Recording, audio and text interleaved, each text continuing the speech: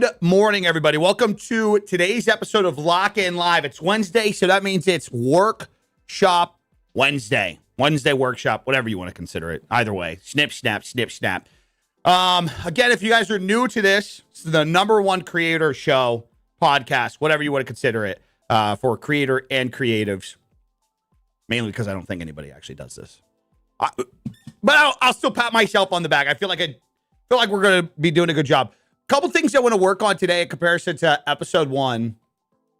I want to free flow a lot more. And 2, I got to make sure I do a better job at context today. Because I uploaded last episode to Spotify. These will be going up on Spotify moving forward. So you guys can just listen to them throughout your day. So with that, audio is going to be a really important thing. So anyways, Wednesday workshops, Workshop Wednesday, whatever you guys want to consider it. The whole goal every Wednesday, I'll just first and foremost say this is the day that we're going to be doing channel reviews moving forward.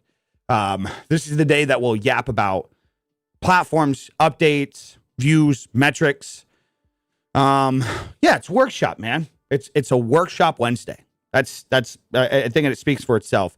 Audience check-ins, you name it. So the overall goal, the value from today, every Wednesday is both anybody listening hopefully can get some sense of value moving forward. And then also 2, from an individual level, individuals that are a part of the premium tiers on YouTube and Twitch. Kick doesn't have this option.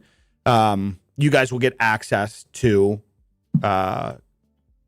creator reviews, to reviewing the main one that we've been dealing with is YouTube channels, which is like I will say it's hard to review like a TikTok, for example, because I'm still fucking around with TikTok. I know YouTube a lot more than TikTok, X, streaming presentation, streaming brand, content in general. But, there's going to be some areas where it's like, I don't know. So, take that with a grain of salt.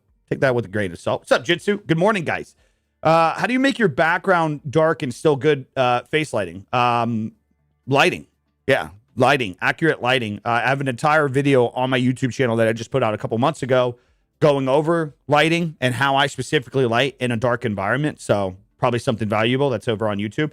Good morning. Appreciated the updated wallpaper link. Sorry to be was that you? Shout out. It's a good point. Good time to bring up. I got to yell at you guys. Man, you guys have been downloading the free Nobody Fucking Cares Work Harder wallpaper that's available on my website for free. You guys have been downloading it left and right. The link wasn't even accurate. You guys have been downloading this free link and haven't even been downloading the wallpapers. And nobody reported it to me. Nobody. Gabriel here reached out to me in email, was like, hey, so I got this and it's not working. And I'm like, what the fuck? Brother, this thing's got like 50 downloads already. Nobody reported it. Either way, it's fixed now. Go get your free wallpaper. Do I have it on this background? I do. Designed by yours truly. For context, for anybody listening, it's my wallpaper that I've been using for all of my stuff.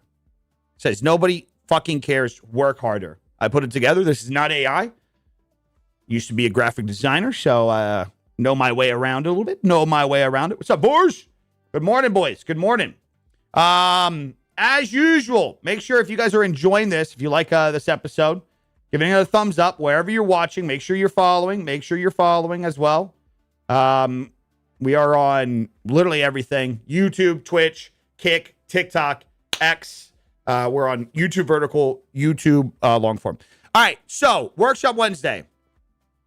Today I am testing being at the main setup because I'm recording this entire stream in vertical because I have started doing a new strategy that I picked up from Roberto Blake, and it's actually fucking working pretty well right now. So for a long time, I haven't done the best on YouTube Shorts. I just can't seem to crack the code. It's like on Instagram, I can kind of break out. TikTok, kind of break out here and there. X, same thing. Man, on YouTube, it's just like the variables are just so crazy. And I really think it's the audience that I've grown on the channel and how I tried to upload vertical content. And I try to basically create systems across multiple platforms and how I organize things. And I just don't think with how I do content, it works on YouTube well. I don't think a lot of these videos currently in the current state of YouTube, which we'll talk about the YouTube views today, I think is going to change. So it will be even better that I'm doing what I'm doing right now. But I'm doing what's called the Shorts Blitz right now. And I'm just mass fucking uploading. Guys, I'm talking 5 to 10 clips a day. You guys haven't noticed this. You guys haven't noticed this because I'm not alerting you guys with this. I'm not bothering subs with this. This is a feature that I love from YouTube. So it allows you the ability to fuck around with things like this and find out what works for you. And see, so far what I'm seeing from my experience, by the way, in this is, again, none of these are really like breaking out. Like the most recent one of mine that really broke out was this watch video. Completely random. Completely random, right? Yeah, they never really break out. They always hover like that 1 to 2, 3K range. But what I've noticed is mass posting, it's not really holding me back that much. But overall views and audience going up across the board. Overall conversion is going up across the board. Will view change be applied to live streams too? Yeah. I mean, it's going to be applied to everything, guys. We'll get to that in a second. I just want to talk kind of somewhat of my strategy, some of the things that I'm doing different right now, and what I'm trying to do in building these streams to convert them into content. Because again, the whole point of doing a lot of this is like, as I'm doing, let me talk about what I'm doing.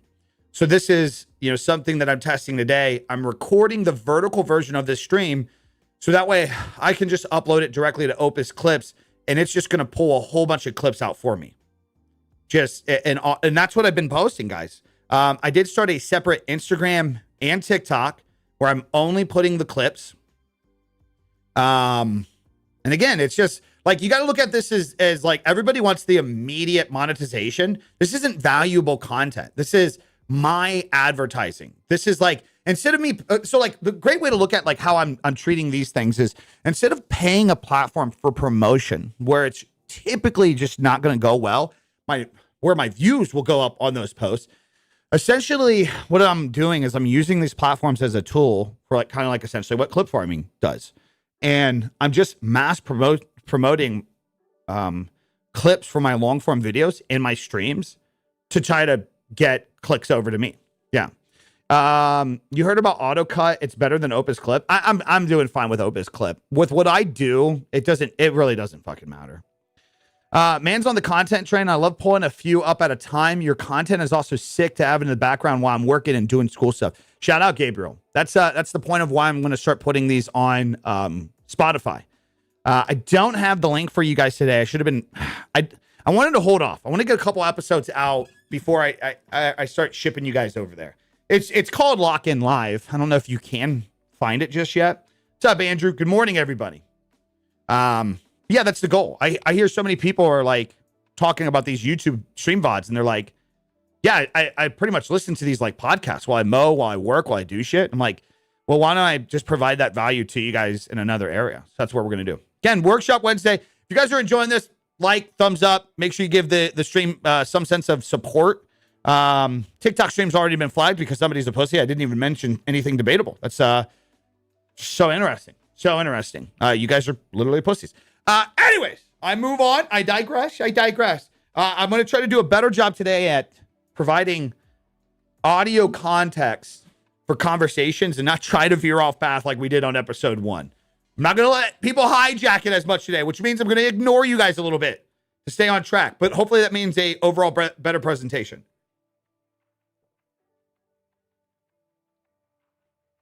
Beautiful.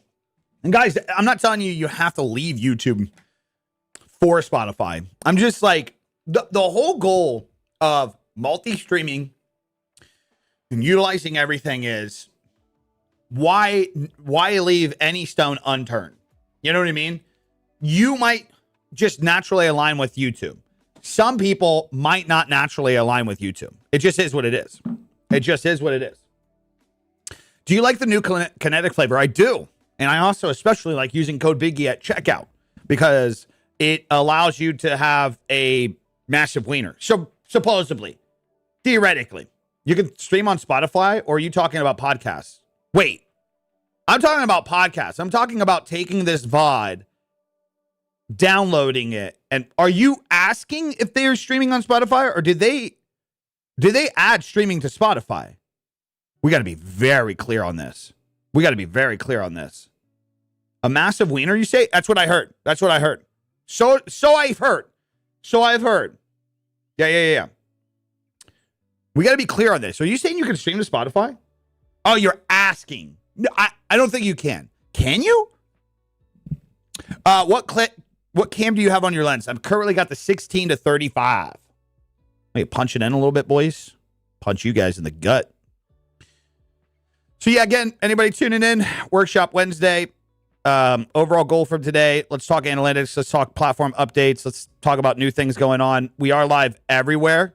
So watch wherever you want to watch. We're live on YouTube. We're live on Twitch. We're live on Kick. We're live on TikTok. We're live on X. We're live on OnlyFans. Watch wherever the fuck you want to watch, boys. Do you use OBS or TikTok Live Studio to stream? I use Meld virtual output to TikTok Studio because TikTok has publicly come out and said that they do give better distribution to individuals using TikTok Studio. They've actually said that. Their words, not mine. Sorry to burst bubbles. Their words, not mine. Just wanted to zoom in on your pretty face. I got you, big dog. I got you. All right. We good, guys? Everything good across the board? All right. So that's what today's episode is. Again, today is the day that we are going to be doing channel reviews moving forward. Oh, yeah. Announcement time. I got kind of caught out in 4K.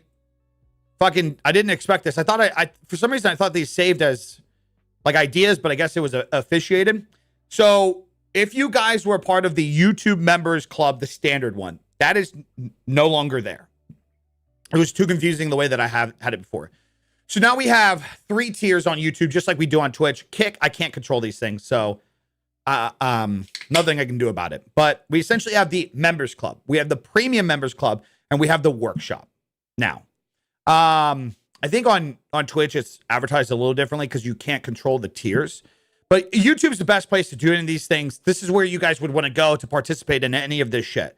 So, like, for example, if you would want to get your content channel reviewed, we talk about your shit on stream, see what we can do to help, your thumbnails, titles, how the content's put together, any of that shit. If you find that valuable, if you would like the input from that, that would be your YouTube premium tier over on YouTube. I think it's $15 a month. You get access to private Discord. I did not connect Discord yet. I got to do that literally while we're live. So I got to figure out a way to actually do this and keep things entertaining for the viewers while I was unprofessionally not ready. Hey guys, while we're trying to take things serious, watch me not take things serious. Good job, Biggie. Good job. Well, good thing is you guys can't comment on Spotify. So if you guys are listening to this in the future, go fuck yourself, buddy. Go fuck yourself. Make sure you use code Biggie on Kinetic. Gabriel, welcome. Was that, I think that was an upgrade. Welcome. So yeah, you guys have an opportunity right now to upgrade your membership. If you guys were previously part of the supporter $1 a month, you will be refunded. Just want to point that out. You're going to be refunded. Shout out to YouTube. We love that they do this. So basically, they'll give you your money back for the $1. The new level is $2.99. So if that's too much, guys, don't support. Hopefully, through the people that actually put themselves out here, we provide enough value and context to where you can get this shit for free. Hopefully. That's the whole point of like doing all this live. I know not everybody is going to have the ability to pay for some of these things. The goal is, hopefully, by you watching us do it, you fucking get some sense of value. Okay, so I got to log in now into my... I got to find the area where it's like I can log in via the computer. Hello. Sorry for the listeners. I'm trying to find out where I go for this. You guys know where I do the QR thing to scan into Discord to log in just real quick. How do I do that? Where's that at? Oh, I found it. Again, apologies, guys. I'm trying to do better, man. I'm trying to do better. I want these to be good. Guys, anything that you need, anything that you guys need access to, gentlemen just asked what my Twitch is. All available on my website, but it is Big E Live. All right, now that we're logged in, let me open this up, get into my Discord, and I'll just kind of show you guys. So we're gonna be and shout out all the new members coming in. You guys are hung, handsome, healthy individuals. Hopefully there's no dick pics in my general Discord. But you'll look over to the side where it says membership subs. So we're going to be changing some of these things around. But shout out to DJ. DJ is our first official workshop member. And what these are going to be is these are going to be more private. These will be available to all members. Want to make that very clear. Any offline stream. So we're going to pick a day a week where it's going to be tough because we got to kind of align somebody's schedule. But we're going to try to pick a day a week where a couple of us can hop into Discord. We'll stream it and we'll talk shop. Like more in depth. Premium members, this is where we do check the analytics, we check the content, the channels, yada, yada, yada. A good thing about this, Nova, welcome. A good thing about this is you don't, for the creator workshops every Wednesday where we review channels, we talk shit, you don't have to be here. You don't have to be here for this. That's what's really good about making sure you're taking advantage of being in the Discord. Obviously, you can. But that's what's really good about the way we have it set up. So we'll be fixing things. I'm working with Deadly right now. So that's a little bit of I guess, an announcement portion in this. Guys, we can't have the title #1 creator show podcast in the world if we don't actually fucking show up and do it.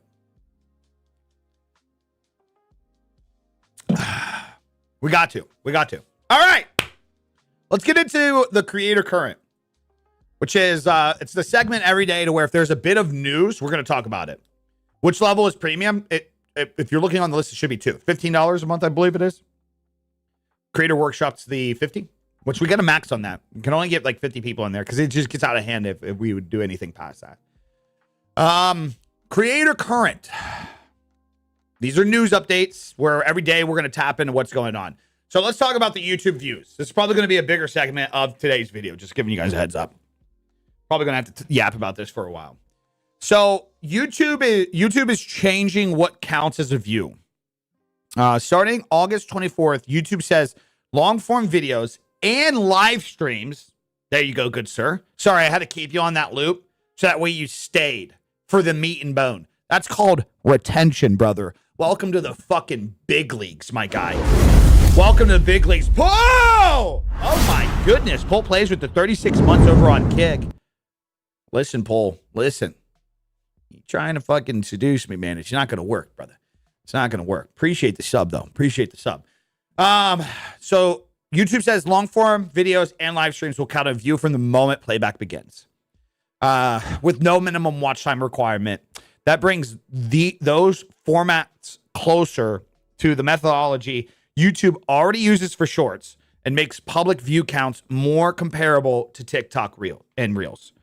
Again, let me break that. Hold on. Pause the music for this. Let me break that down so it makes sense. This means YouTube is going to take two things that just weren't like everything else on the internet, and they're going to fucking align it with it. That's it. A lot of people are up in arms over the views right now because they think it's going to diminish returns. It's going to bring out view botting. It's going to do like all of these things. These are doomsday people. These are not actual problems.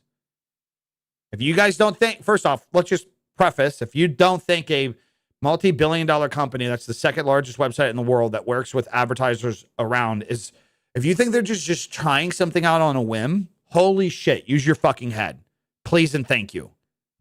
Use your fucking head. You think YouTube is just like, yep, let's just fuck around, man. Let's just see if we can't scam the system. Fuck people over. You're so stupid if you actually believe that. So dumb. So, you guys, the best way to get people to comprehend why YouTube would do this. YouTube is one of the largest platforms in the world. Let's actually look this up. YouTube's one of the largest platforms in the world in terms of yearly revenue and monetization. So let's look this up. What does YouTube bring in from advertisers versus TikTok and Instagram? Let's use 2025 metrics. It's important to understand this when talking about views, okay?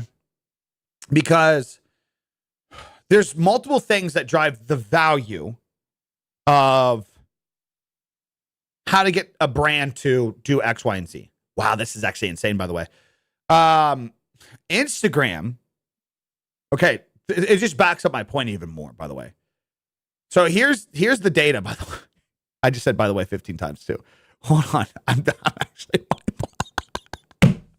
I just put out a video on Instagram today talking about how much you guys are leaving in the table. And see, this is why I wanted to record this whole thing, because this is going to be a great clip. I hope that Opus fucking figures this out. This will only demonstrate even more, one, why you guys should stop fucking bitching and moaning about the YouTube Shorts shit. Okay? And two, why the view is not going to diminish the returns of brands investing into the platform. Right? And here's why. Instagram, the platform that does count a view the second you open it up, and also doesn't give creators a cut of the real revenue. They do things completely different over there. I just talked about it in a new video. They generated $83 billion in 2024 in revenue. Just for reference, YouTube did 40.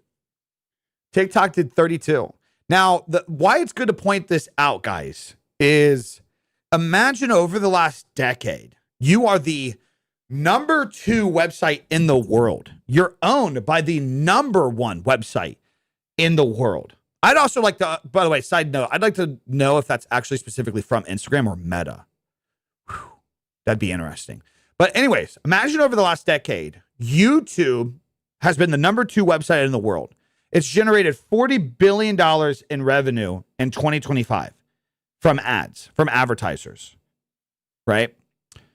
Imagine that entire time in comparison to TikTok and Instagram, your views have been handcuffed the entire time. So when you're like, why would they do this? There you go. That's exactly why they would do this. Because, yes, there was a period, people are using Facebook as an example. Facebook got in trouble years ago. A lot of people think that Facebook actually got in trouble because they counted views as an opening scene and it was disingenuous to advertisers.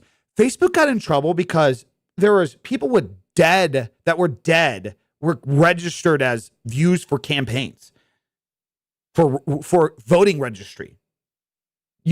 Facebook got in trouble for much deeper issues outside of, hey, the views are inflated by the idea that one person just scrolls past and they count as a view. They got in trouble because there was massive internal view botting over there, guys. They actually got in trouble for fraud. And obviously back then, people made updates. I can't remember what year that was too, if anybody wants to find out. But obviously back then they made updates. They changed it. And then now people are like, YouTube shouldn't do this. Facebook did this. And look how what happened that was bad to them. Again, they don't have the deeper context of the situation. It was much deeper than just they counted views the second the video opened. But either way, it doesn't matter. TikTok and Instagram are thriving. They've been thriving, and they do these things. This is what they do. Your office is so cool, man. Shout out, brother. YouTube Shorts are just a learn from experience. You just got to fuck around and find out. Where do you get your YouTube updates, new changes, new features, honest questions? I'm new to it. The blog, their website. I go directly to X. A couple of the creators that they have, Larson, MWS, these are guys that have like direct connection to the platform. I'd love to get that, by the way. I'd love to be like kind of first. Yeah. Now that it's completely over, that's what I had on Kick, essentially. A lot of people think it's like some deeper nuance or anything. Nope. I just like, there was a Discord and these guys would post about new updates on Kick. Nobody joined the Discord. I joined the Discord. I got all these updates, so I'd be the first to tweet out, and that's why I'd get so many views when Kick first launched. So it's not, yeah, getting news and updates it's just about like finding a couple of the places like YouTube blog posts or like Larson, I think it is on X. He is it's like YouTube liaison. How do you spell liaison? Liaison. This guy. Oh, that was his thing. Oh, he rebranded. He's YouTube Insider. Yeah, so this guy works at YouTube. So you would want to go follow him if you want the most latest up-to-date things. We can watch what he says, by the way. Let's dive into it. Let's get into the meat and bones. Let's jump right into the news. YouTube is moving to an exposure-based model for views across all formats, meaning a view will now be counted the moment a video begins to play from the very first frame. You want to know what's ironic about this? Everybody's bitching about this on X. X does this. This video did not get 144,000 authentic engaged views. This was not 144,000 people watched this and consumed this specifically. This post right here and engaged in it. This is also like what we just did counted as a view. See this? Counted as a view. See that? Counted as a view. See that? Counted as a view in terms of views. And then you get, you can't do it in here, but if you go to your own, you can see there's a difference between views or, well, you actually see that it exposes that the view is an impression and you have engagements, detailed, expands, link clicks, yada, yada, yada. You have more information about it, which is essentially what YouTube's going to be doing in this update. Go back up to it. Let him play it. Hello, Insiders. I'm Rene Ritchie, a longtime creator. Now can you guys hear this? YouTube, and here's what's up. Last year, YouTube moved to an exposure-based model for Shorts views. This year, starting August 24, YouTube will be expanding that model to long-form, podcasts, live streams, all formats. And by the way, for anybody wondering what that might look like, from what I heard, kind of quiet. Okay. From what I heard, a lot of people experienced a 1.7x factor when YouTube switched how Shorts did. This obviously isn't a direct gauge. Make sure my TikTok's still up. This obviously isn't a direct gauge. I'm not saying that now moving forward, you're going to be getting 1.7 times views. So like the idea is moving forward, a lot of people might see on average, if they got around 1,000 views a video, now they're going to get around like 1,500 views a video, 1,700 views a video because of the way that it marks views as a public impression. And then what's going to happen is YouTube is doing this to ensure consistency across the platform, to make sure every moment of connection between creator and audience is captured, and so that there's no confusion or fragmentation about what a view actually means. Creators can use this updated, standardized count to better understand views across formats and to better communicate the full scale of audience impact to brand partners and sponsors. And viewers will know when they see a view count, it's all based on the same model from that first frame. All new videos uploaded after the changes on August 24, 2026 will show the updated first frame view count. All videos uploaded prior to the change will keep their existing view count up until the change. Historical view totals will not be updated retroactively, but following the change, new views on those videos will follow the updated first frame count. To compare performance more consistently before and after the change, creators can use the engaged views metric in There you go. That answers your question. No, it won't mess with your CTR. YouTube Studio. An engaged view means the viewer stayed to watch past the first frame and initial seconds. It's how all views were counted historically, which is why they're useful for essentially what they're saying in this update is now they're going to be separate. Basically, views are still going to continue to be the way that they are and have developed them. But those are going to be called engaged views now. More valuable views. Look at those as valuable views, if you would. Now you're going to have essentially public views, impression views. Does that make sense? So your the good metrics are going to be built off of the idea of the valuable metrics, or the result of good metrics will be built off of that. The engaged views, your watch time, your click-through rate, that's going to be based off of the people that actually stayed for the video. You're just going to get all they're really fucking doing is they're basically taking impressions. And instead of it being a back end thing, they're making it public. A good thing about this is throughout the years, I've tried to help creators understand the discovery opportunity on YouTube, and they don't get it because of their views. And the number one way that I get somebody to understand this when they're like, there's no discovery on streams. There's no discovery on YouTube for streamers or gamers. I say, I'll prove this. Let's go in your analytics. Let's look at impressions. Anybody here can do this, by the way. While you're listening to me, even if you're like, yeah, my YouTube doesn't do good, they don't push me. Go to your analytics.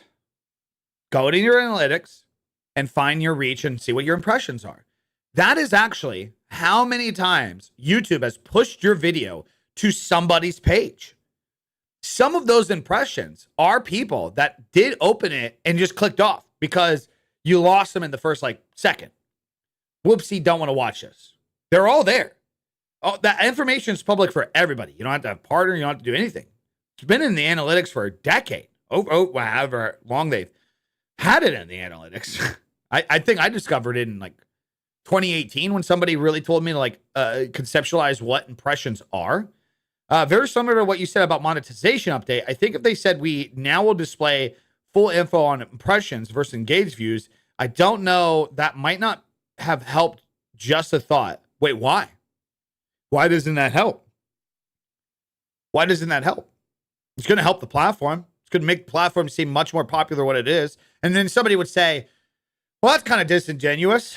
That's literally what fucking TikTok and Instagram have done. That $80 billion in revenue that I just shared was because that's how Instagram operates. And it's also what's making it one of the best platforms for creators right now. So why would it not help? No, I mean, because of the people twisting the headline. I mean, oh, gotcha. Yeah, you're saying doomsday people. For context, anybody that's listening, yeah, there's a huge pushback in the community over both of these YouTube updates where people are just misconstruing everything. They're just straight doomsday. Just straight doomsday. I'm not going to make money anymore. Advertisers are going to pull out. Listen, YouTube's not going to make an update based on losing ad revenue. They're always going to make an update based on gaining ad revenue. If YouTube can make more ad revenue, that means you can make more ad revenue. All of this shit in every industry is a very simple thing. Brands want to get seen. They want to sell product. It doesn't matter what metric changes or what you do. Everybody will adapt because at the end of the day, every company coming and playing ball in any of this wants to do one thing. They want to sell their fucking product. I have this huge argument today that I think they should just eliminate views entirely. Subjectively, views mean nothing on YouTube from a public format. They really don't. You don't need views on other platforms that are really valuable in media engagement. Millions of people watch those platforms. You don't have views on Netflix. So the argument is that, well, you'd lose advertisers. You wouldn't lose advertisers. Advertisers, in general, you wouldn't lose advertisers. You still have people paying plenty of fucking money here because they'd want to see the other analytics. Because the real meat and bone on these platforms are the fucking users and the user data that's on them. But obviously now having your views essentially be a public impression, it's going to help. So it is what it is. I remember you saying with the monetization update, you wish there was clear about the new incentives coming with shorts, like if you're doing bonuses or something. Yeah, where YouTube is flopping all of this is these are general announcements, but they're not very, very clear on what they're for. I think that's a big L from YouTube. I think they should be doing a much better job at that. YouTube, if you'd like to pay me to do some live streams for you guys to very clearly put in the detail, I'd love to come work for you guys. Absolutely. Yep. I'd love to come work for you guys. Because this whole entire campaign, it's too muddy. The reason why everybody's in doomsday and these posts are going viral and blowing up, negatively talking about the idea and people actually believing it is because there's not enough context to the conversation. There's not enough context. There should be more context from YouTube. There should be more information up front. Hey, we're doing this actually specifically because this is what's going to happen. Yeah, they need to present way better. They need to consult creators like you who are are doing the well, yeah, and like YouTube Creator Insider, these posts should not be generalized. You know what he like. I understand what he means by engaged views. The average person doesn't. What's crazy is YouTubers. I've had interaction with YouTubers with 200, 300, fucking 500,000 subscribers on YouTube, massive following over on X. And the misunderstanding that they don't conceptualize is fucking insane because they're looking past the points of what they're saying. They're reading the headline and then they're reposting about it, critiquing it, making the conversation even more muddy. And they're not even fucking paying attention to the details. But also in itself, I guess their argument is YouTube's not doing a good job with the details. Tell us. It's really not that hard. It's really not that hard. The creator economy is booming. Like, creators are taking this more serious than ever. There's a whole culture for it. You can give these details and it will spread like wildfire. It really will. Like, bro, Kick was nothing. And the first thing that everybody talked about, and it just spread everywhere. 95.5. Did you guys hear about the streaming platform that gets 95% revenue? You know, like, the creator economy is fucking huge. Learned so many YouTubers who are big have like, I haven't ever touched YouTube Studio because someone else managed it. Yeah, well, that's true. There's a lot of people disconnected. Morning Peanut, I mean, guys, it's got to stop. It's got to stop. It's got to stop. The joke's got to stop. People believe it. People actually think I'm the burnt peanut. I'm not even kidding. They actually believe I'm the burnt peanut. Doesn't make sense. Doesn't make sense. I can't eat. You gotta stop. We gotta let it die. We gotta let it die. You have to stop, brother. It's unhealthy. It's very unhealthy. All right, moving forward. So, yeah, it's good to know there's a critical distinction now between public views and engaged views. Public views is just, it's going to be the impression. It's going to be the fucking vanity. That's it. It's kind of going to be the exposure of, YouTube's pushing your video to people. It's going to be kind of an excuse, the whole excuse of YouTube doesn't push me. I'm this, I'm that. It'll kind of get exposed now. Yeah, so YouTube isn't suddenly paying creators because somebody accidentally clicked a video and bounced, guys. So engaged views are going to be the new metric they base everything off of, which they have. Nobody knows what that is, by the way. We don't know if it's a timeline. We don't know if it's an interaction point, if it's a quality of where they're watching. Some things might be valuable in different aspects. Like you watching on your TV might be lean heavier into an engaged view versus scrolling along in shorts. I have no idea. I have no idea what they do. They don't. That's something they don't say. Creator earnings will continue to depend more meaningfully on the more meaningful qualified engagement measurements rather than simply the new public-facing number. With that being said, that means just because the views are changing doesn't mean your ad revenue is going to go down.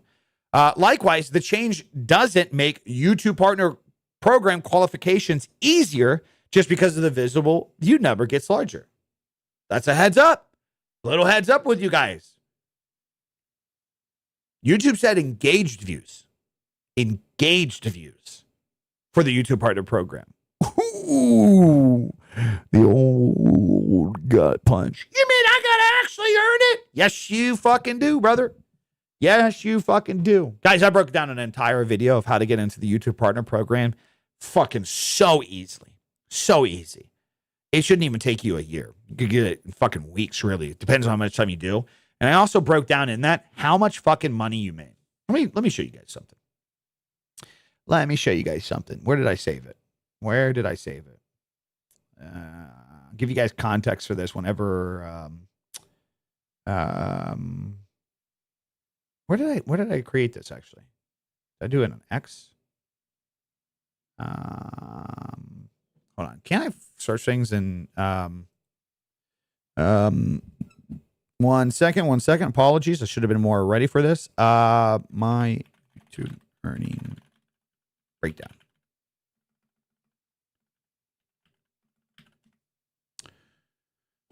This is why you're here. This is why what you do here. E is key. I got you, brother. This feature just emphasizes the watch hours matter more. Yeah, watch time is king, guys. Watch time is king. All right, let me get my most recent one. Here we go. All right, so I was waiting to bring this up. I want to make sure this is the right one.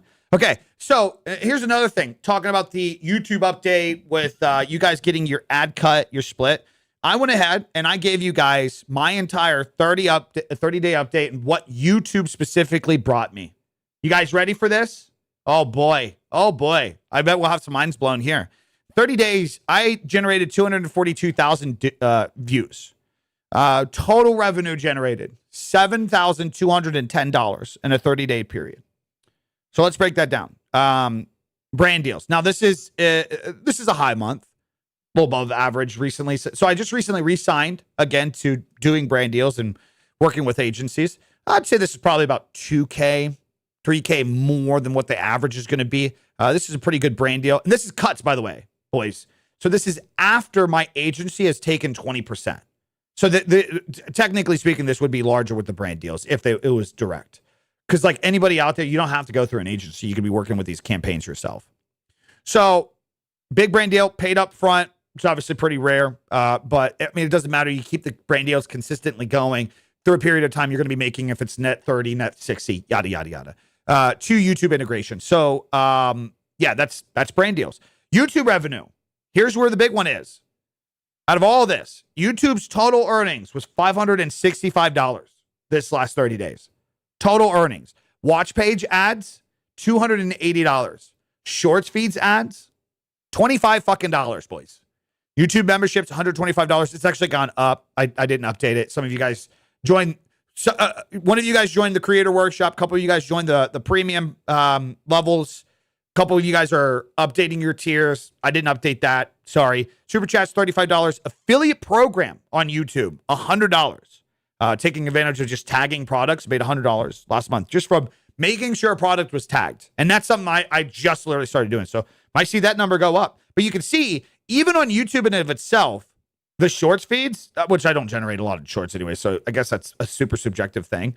Very, very subjective. But ad revenue in itself, not the craziest. Not the fucking craziest. Guys, my website and merch sales converted from YouTube, meaning people that bought a shirt from my YouTube through like the external link, and people that went from YouTube to buy Creator Blueprint or book a one-on-one, $475. My website this last month almost made as much as my YouTube revenue. Affiliate link clicks, guys. Just me making sure that I use Amazon Associate. So this is not paid by YouTube. This is like if I'm tagging a product and it's external, the commission I get from somebody clicking through the fucking link. $170. I made almost as much this last month just in the affiliate link clicks on my YouTube channel as watch page ads. It's key to point this out because a lot of people are making this debate and pissed off about these updates because you guys, like, they think that you guys are going to be losing life-changing money. Listen, any money loss is money loss. I agree. You should be getting, like, get wherever you can. But, like, you're just not at the barrier of entry. You don't get your cut. It is what it is. It is fucking what it is. Like, it's tough. Okay. So now what? YouTube Studio, the content tab, sports break for what? That's a dope layout for the breakdown. Very informative. Yeah, AI designed this, by the way. Want to be very, very clear on that. AI designed that. Earplugs and completely locked in. Big E serves the actual viewer. Well, I don't know. That's debatable. Good morning, Scooch. Do I serve the viewer or do I serve the creator? Little debatable. Little debatable. So, anyways, any questions on this, guys? Any questions on this while we're here on that? Yeah, I just thought that would be a good little demonstration to kind of show that. Shit. I thought that would be a good demonstration to kind of show, like, guys, some of these things, as we talk about these updates and everybody's bringing the doom and gloom. Oh, by the way, another thing I wanted to point out, those brand deals, all of those brand deals, not a single fucking brand said, what are your views? Not a single one of them. Not a single one asked me what my views were. What IEMs are you rocking? available on my website, brother. These are, I fucking always forget, they're like $80. One of you guys memorized it by now. Phantom says, some humans are both viewer and creator. And then there you got some creators that are non-human, which is a lot of fucking creators, brother. A lot of creators. So that being said, public views, engaged views, separated, you're not going to lose much value. So YouTube is basically separating reach from value. It's essentially what they're doing in this update. That's essentially what they're doing. Public views are more of like a, how many times did this content get shown, versus engaged views are how many people actually consumed it. It's going to be a very good analytic for you guys to consume. You guys already had that analytic. It's in impressions tab. People don't know where to look. That's fine. Verse also too, revenue is how much economic value did the attention generate? Yeah. Does YouTube have its own affiliate outlet like LTS or Mavely or Amazon? I don't know what LTF or Mavely is, but yes, YouTube now has an affiliate program on the back end, which I believe you get on the standardized monetization. I don't think you have to get into the full YouTube partner program. If we could get a confirmation here on that. But yeah, you can tag products and shit. There's affiliate campaigns and stuff and promotions, by the way, where you can actually sign up for products. They'll send it to you. You can do a short or something on it and generate revenue from it. Dude, I mean, bigger industry. I did a consultation, one of my active consultations. The guy is in the health and fitness industry. So you got to think like gym equipment, sauna equipment, it's going to be more expensive. Oh my God. The guy is like 100,000. I reviewed his channel one day, and so we get into the back end, and he had like 110,000 views that month, or maybe it was like 200. And it was like $12,000 in revenue. I'm like, holy fuck, what is going on with your revenue? And he's like, it's affiliates, man. He's like, it's fucking insane, isn't it? I'm like, you make $10,000 a month in YouTube affiliates? And he's like, yeah. And I'm like, is this a variable? Is it consistent? He's like, it's down this month. I'm like, what the fuck, brother? And then that's when I talked to the people about TikTok. By the way, there are people in Instagram. They make their entire thing promoting products through Instagram. They go dumb hard on Amazon Associates. Have you guys ever heard of the what is it? It's like fat something deals on X. They just constantly promote sales that are going on Instagram. It's their affiliate links. They generate multiple six figures just from doing that. Just from doing that alone. What's up? Get affiliate on YouTube. Can you lose it? Or does it stick around forever like Twitch?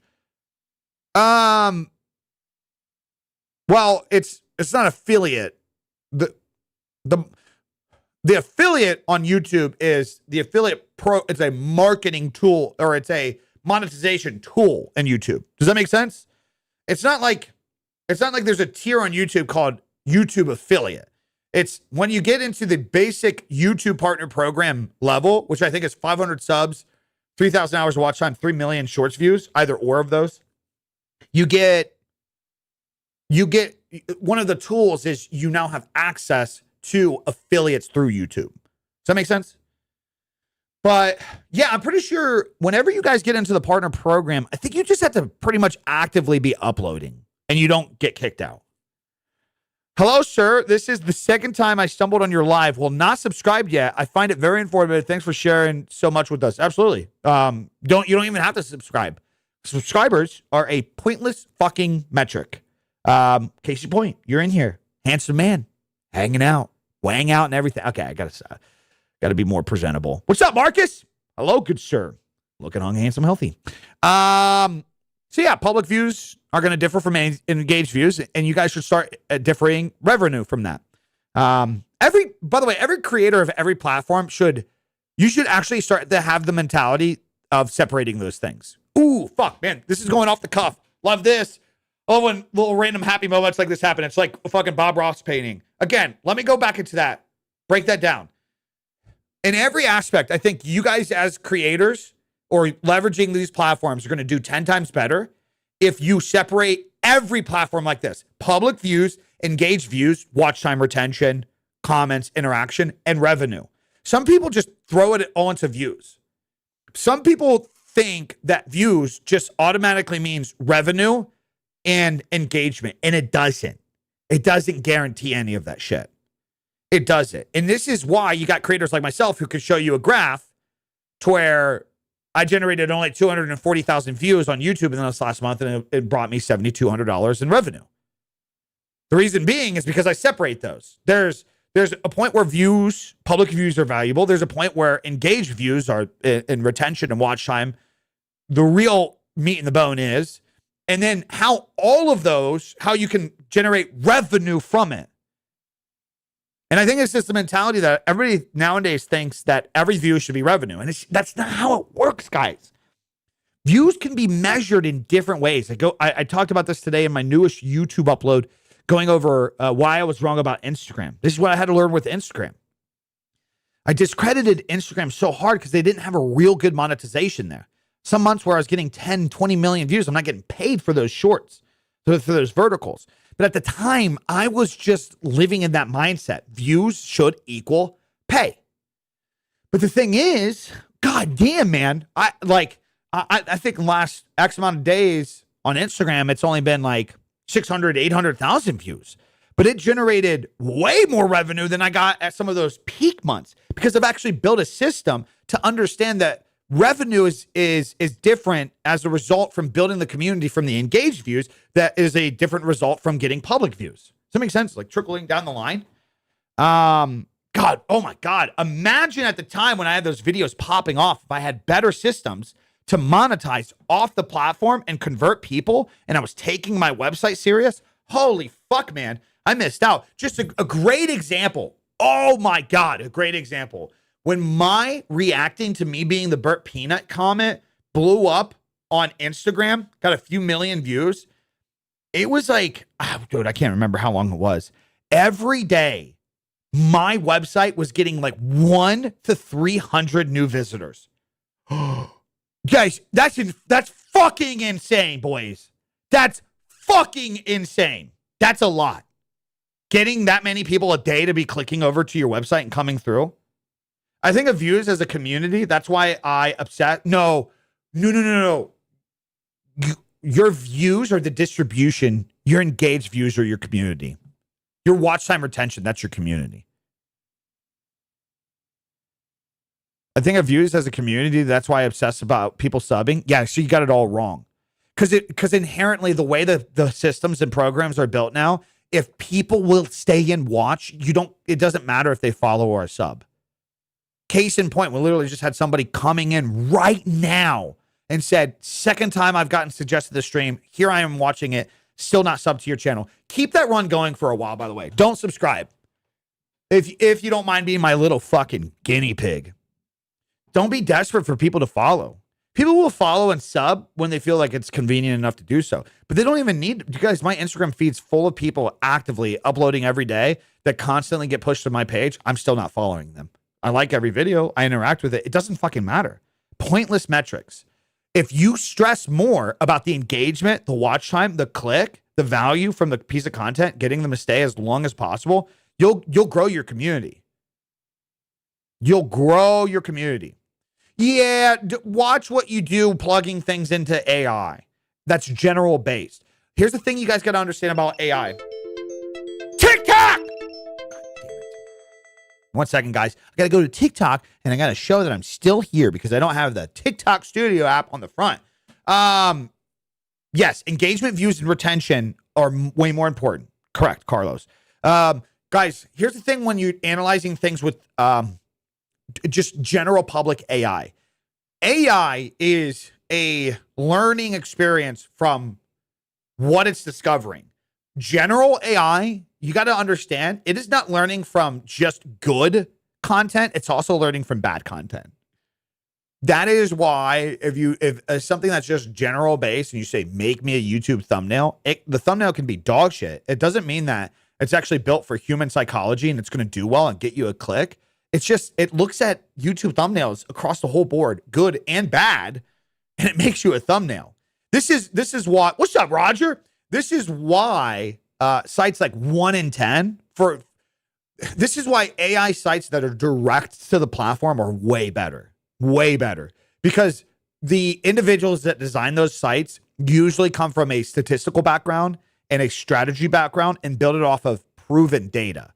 1 of 10 is the one that I use as of lately with YouTube, figuring out the titles, video ideas, things like that, finding outliers and shit, because it's 1 of 10 is built around YouTube specifically and is built around successful videos.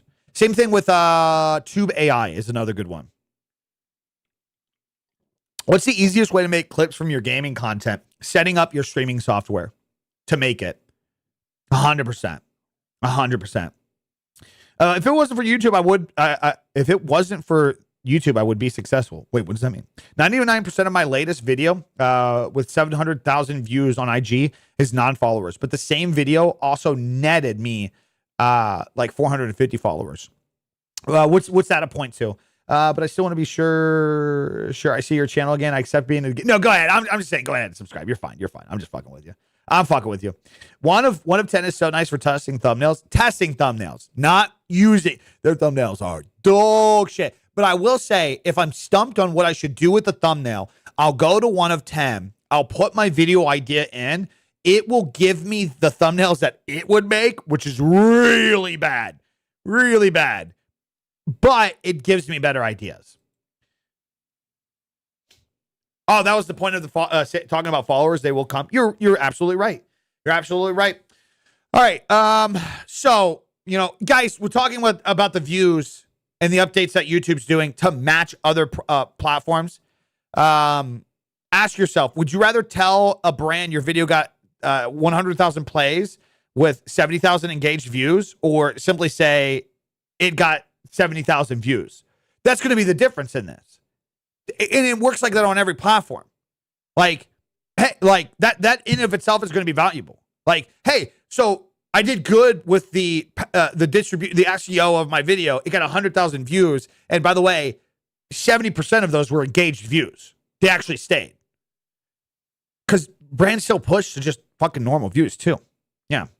Is it best to batch film or film something new every day? It's best to do whatever works around your schedule. This is why the streamer and creator blueprint, why I designed them around building your system with what works for you. With what works for you. If you work a schedule, you have to batch shoot. Batch shooting works best for you. If you work on a schedule to where if your personal, like my personal OCD and my personal habit is I got to do daily. I have to make new shit daily. The Instagram video I just put out, I edited that this morning, guys. I woke up and got that done this morning. 3 of my best performing videos. Let's go to YouTube real quick. And it's just the way that my brain's wired. It's what works with my habits. It's what works for me. And that's why the streamer and creator blueprint is built around this idea of like, not here's a course, upload this specifically, do this time of the day. It's built around the idea of like, here's the fundamental things that you need to figure out that work for you. So first and foremost, it's going and getting the creator and streamer blueprint on my website, you big goof. Come on, brother. Come on. My YouTube dual stream is getting way more people now than I first tried. You were right. I'm telling you, it's guys. And the thing is, if you most likely if you consistently stick with it, it's probably going to do better and better and better and better because YouTube likes using people as guinea pigs in results. Because the more people that win on the platform, the better the platform does. Excuse me. But yeah, look at this, boys. Look at this. The best desk for gaming setups, scripted it one day, recorded everything the next morning, uploaded it by afternoon. This one, literally sat down, didn't know what to do. Video was out by the evening, blew up. This one was planned. This one, morning. Guys, Twitch came out with a really bad update. Coffin, and here's why. All right, YouTube came out with a crazy good update. Twitch came out with a bad update. All in the same 24 hours. I've seen a huge opportunity. I made a skit. That skit got like a few million views. And I made this. I funneled people to this as well to there, but it also did good on YouTube. But All in the morning, the skit and everything. Might have just put the final nail in the YouTube might have just put the final nail in the Twitch coffin, and here's why. So this week, not only did Twitch finally double down and announce that they are going to get rid of 70-30 split, then YouTube announced that they will be adding monetization for YouTube Shorts. But Biggie, YouTube already had this, so why are you? I'm just trying to show you this because this is articulated as some kind of idea that I knew something in advance. So I had the video ready to go. No, this is just relentless, like, okay, the way that I operate is like, let's get to work. Are you making a big deal of it now? Wrong. YouTube and all the other short form platforms have been giving bonuses to the creators creating short form content, which was at complete random and honestly wasn't the best. Wow, I just got $30 for 10 million views. Sick. Now YouTube is making it to where shorts can generate. I want to dive into. This is the clip that fucking blew up over this. Let's get into the problems that Twitch has on the Ready? platform that makes it horrible. Sending it over to Dick now. Thanks, Biggie. Here at Twitch, we believe in manipulating our creators into thinking that Twitch is the only place where you can be successful. We do this by giving everyone a false sense of hope with an easy... For context, if anybody's listening to this was a skit that I had go viral over on X that I'm dressed up like Steve Jobs and like basically making a promotion of talking about Twitch, but it's obviously like just me shitting on Twitch. Path to affiliation so you can monetize quickly. This is, of course, to hook you in. So that way you want to spend the next 4 years of your life grinding for Twitch Partner, which is essentially just a check mark and provides no extra benefits from Twitch affiliate. But remember, statistically speaking, the only way to make this possible is by actually growing on another. Anyways, we don't need to be a review on that. The point being is, out of a lot of these videos that have done extremely well, like guys, even some of these older videos, some of these, when I was in my oh my God, we, like 5 years ago, we hit this era, and I should not have left off the gas pedal. Learn from me, please. Learn from me. We hit this era where like I was pumping out these vlogs, these 15 to 30 minute vlogs. And guys, I was making these daily. I was recording it and then like editing it, and it was going out the next morning. So like the point of why I'm trying to tell you this is, for me, that's how I work. I try to do the whole, let's be more well prepared. Let's get everything out for the week. Okay. And guys, I think the lag is subjective to a couple of you guys individually. Just adds up. Like, so you might have to refresh your app. Is there lag for everybody over on TikTok right now? We're live everywhere, boys. You should be coming to YouTube, Twitch, Kick, X. Doesn't matter. You could go to any other fucking platform. You don't have to watch on TikTok. That's not me telling you. That's not me telling you. No, it's you. Is everything else working, guys? Everything else working? Is everything else working? Can I get confirmations that every other platform is working? Good on Kick. Guys, I got you from TikTok. You guys are saying that TikTok is lagging. TikTok video lag. I know TikTok. We got to get the other. YouTube's good. Twitch, guys. Twitch good. For the people, the two people that are watching. Any advice for small streamers, content creator? My buddy is trying to stream, make content. I would appreciate some help. Yeah, I mean, the best generalized advice is pick something that you're genuinely into in life and tell stories about it. Whether you're live or you're creating videos, they're going to suck at first, get over it, and keep doing it. Don't get bored of what you're doing. I just argue with ChatGPT. Coming over to TikTok right now. Yeah, it seems like I don't know. I'm sorry, guys. I don't know what's happening with TikTok. I'm just hanging out today. Everything else seems to be working. Shout out to Melt. All right. So views are fine. I told you guys that was going to be a big segment of today. All right. Creator current number 2. That's not all the news that we got going on. Guys, I don't know if you guys seen. Google is launching their new lines of phones. The Pixel 11's new basically, to summarize it, Google is actually trying to make their phones be creator easy, convenient for you guys. Crazy. I got a big respect for Google Pixel and Google as a whole for phones. I think they do a great job. I might actually test one of their videos. Might actually test it. I don't know. We'll figure it out. Anyways, the Pixel 11's new creator suite specifically targets creators with camera features, including a built-in teleprompter, external microphone levels, vocal enhancement, and social media framing guides. Google is explicitly positioning this around making solo creation easier. Fucking W update. W update. W update. Guys, if it's lagging on TikTok, go to the other platforms. Thank you. Thank you. Hope that helps. Hope that helps.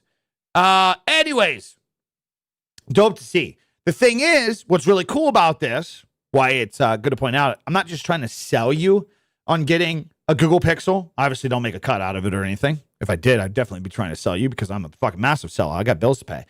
That being said, usually these things are a sign. If this works with Google, other phones are going to do it. Big W for I'm sorry, Andrew. I do apologize. So big W for creators. This is a huge W for creators. Any kind of bit of technology like this that comes out, massive win. Massive win. Awesome to see. So yeah, if you guys are looking to upgrade a phone this year or a series, or maybe want to have like a piece of creator content that would help, looking to get maybe a Google Pixel or something. Number 3, the announcement in itself isn't really that big of an issue. Disney and TikTok has announced a global short-form content sharing agreement. Participating creators will be able to create using licensed Disney assets, including properties across Marvel, Pixar, and Star Wars. And opted-in creator videos can ultimately appear within Disney Plus. That's the big thing. So basically, Disney's going to start giving rights to certain content creators to actually use stuff from Disney for their content, that being reviews or promotion or, you know, deeper storytelling, nuances, reactions, shit like that. And not only that, they're going to start using some of these videos for Disney Plus. The reason why this is so big is this is the first time we're seeing a large media platform, a large media outlet is trying to bring the creator consumption over there. It's crazy. Bro, that was wild. Respect for the realness. I got you, Poppy. I got you, Data. For sure. I'm hyped for the Disney Plus integration. Yeah, you don't even have to be like, a lot of people are like, yeah, the content's going to be super lame, not something I'm going to consume. Oh, exactly, idiot. Exactly. That's fine, idiot. Everything's going to start somewhere.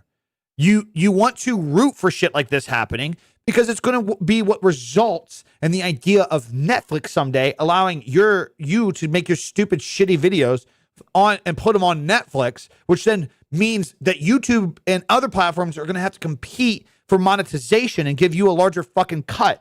It's exactly what happened over the last decade, with the launch of TikTok.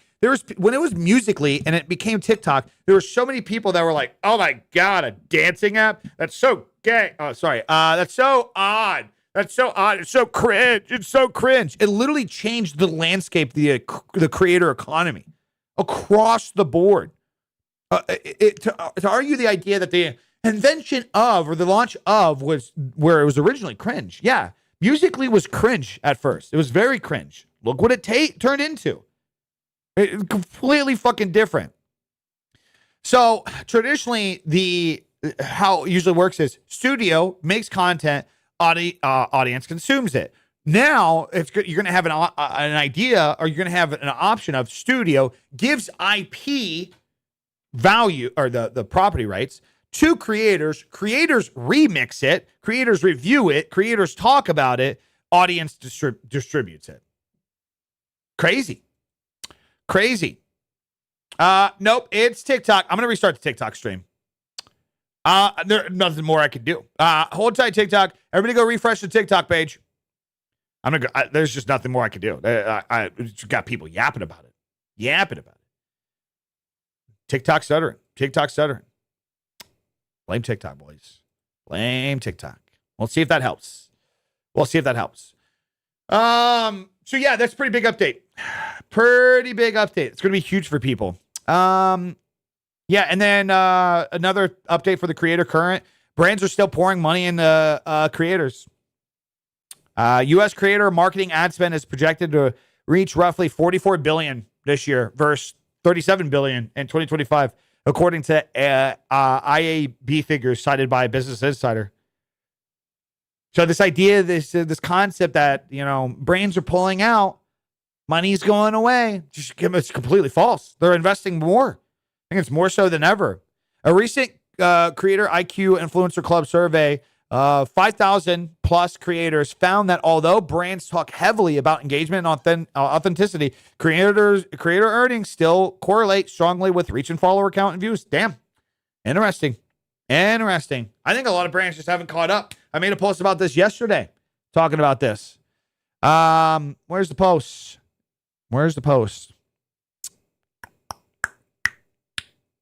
Here it is. The best thing companies and brands can do in this industry is start hiring experienced creators.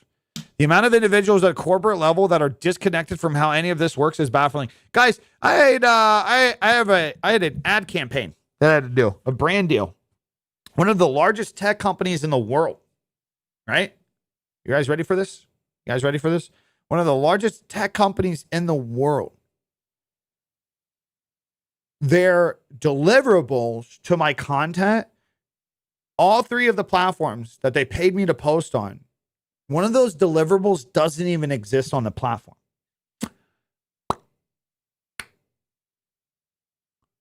Do you guys understand that this person is probably making $150,000 a year, $200,000 a year to manage how these deals work with promoting across socials? And they don't even know that the thing that they're trying to demand creators to do, you can't even do on the socials. It's an outdated thing. It's been changed for like a year. I'm talking like linking in a bio.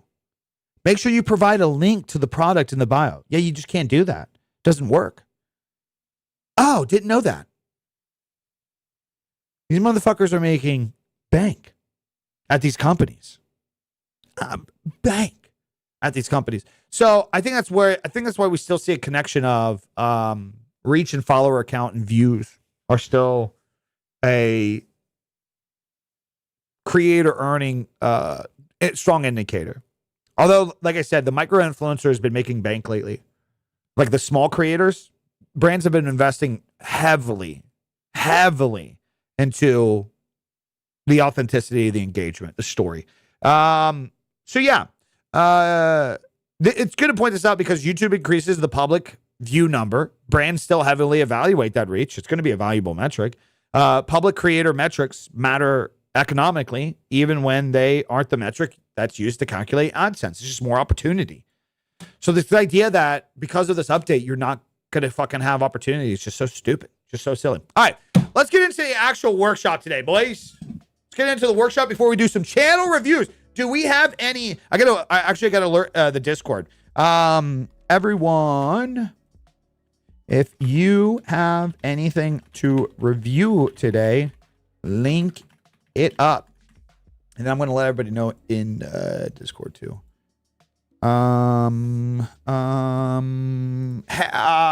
Guys, my general Discord is not for self-promotion, boys. Not for self-promotion. That's 1 second for anybody listening. I'm trying to alert my Discord so that way we can get some channels going in this. Just an update. Channel reviews return today. If you are a premium member, link them up in the hashtag premium members section. If you are not, head on over to the live stream and get yourself sorted. Sorry, I should have been way more prepared. You know what? Can I ask a question, actually? Do you guys... Is there a certain sense of enjoyment that you kind of see me doing this on the fly? Genuine question. Don't just fucking like... Listen, if you say that I'm a lazy piece of shit and I should have been ready, that's fine. That is completely fine. Wait, why did that not... Hello? Oops. Did I do that alert correctly? It didn't... Did you guys just get alerted in Discord? It didn't do the whole thing of like, you want to alert these people? Gets me stiffed up when it's on the fly. My God. Hey, bro, dumb question, but figured I'd ask. How do you handle bad views on particular platform? Just keep posting, man. Figure it out. I did an I Am collab and it bombed on TikTok. Did well on Instagram, though. Well, there you go. Did well on Instagram. You got to learn, rinse, and repeat. Why did it not do well on TikTok? Why did it do well on Instagram? Brother, also, too, you're posting everywhere. Here's the reality. Some things are just going to do well in other places. And you just kind of figure it out. Help me. I got 32,000 subscribers on YouTube, but the AI people beating me for some reason. Nobody's beating you. It's just that's where the current amount of people that are invested into you.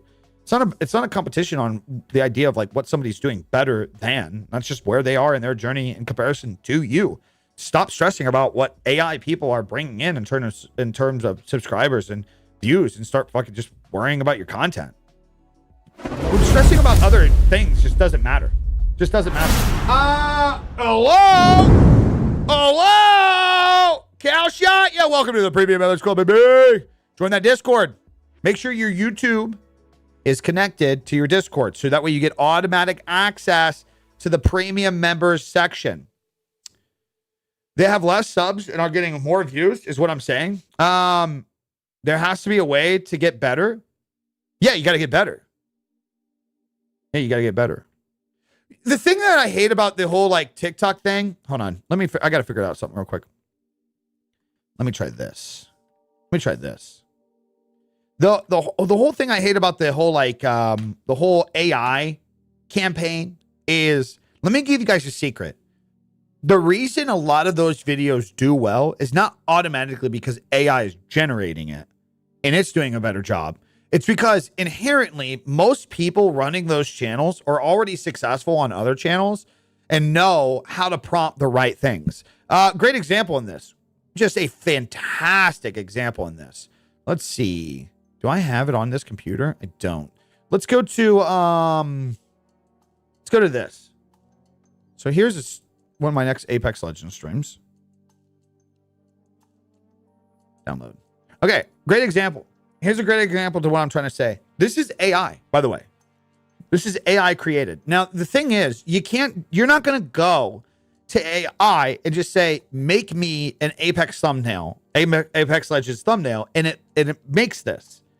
You got to have deeper context. You got to have nuance to it. You got to learn how to talk to it.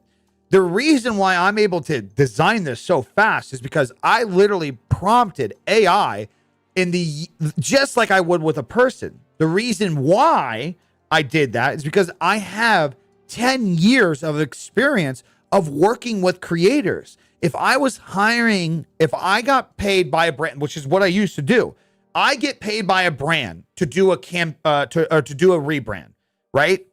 An entire rebrand. I don't do every bit of it. I design what I can design.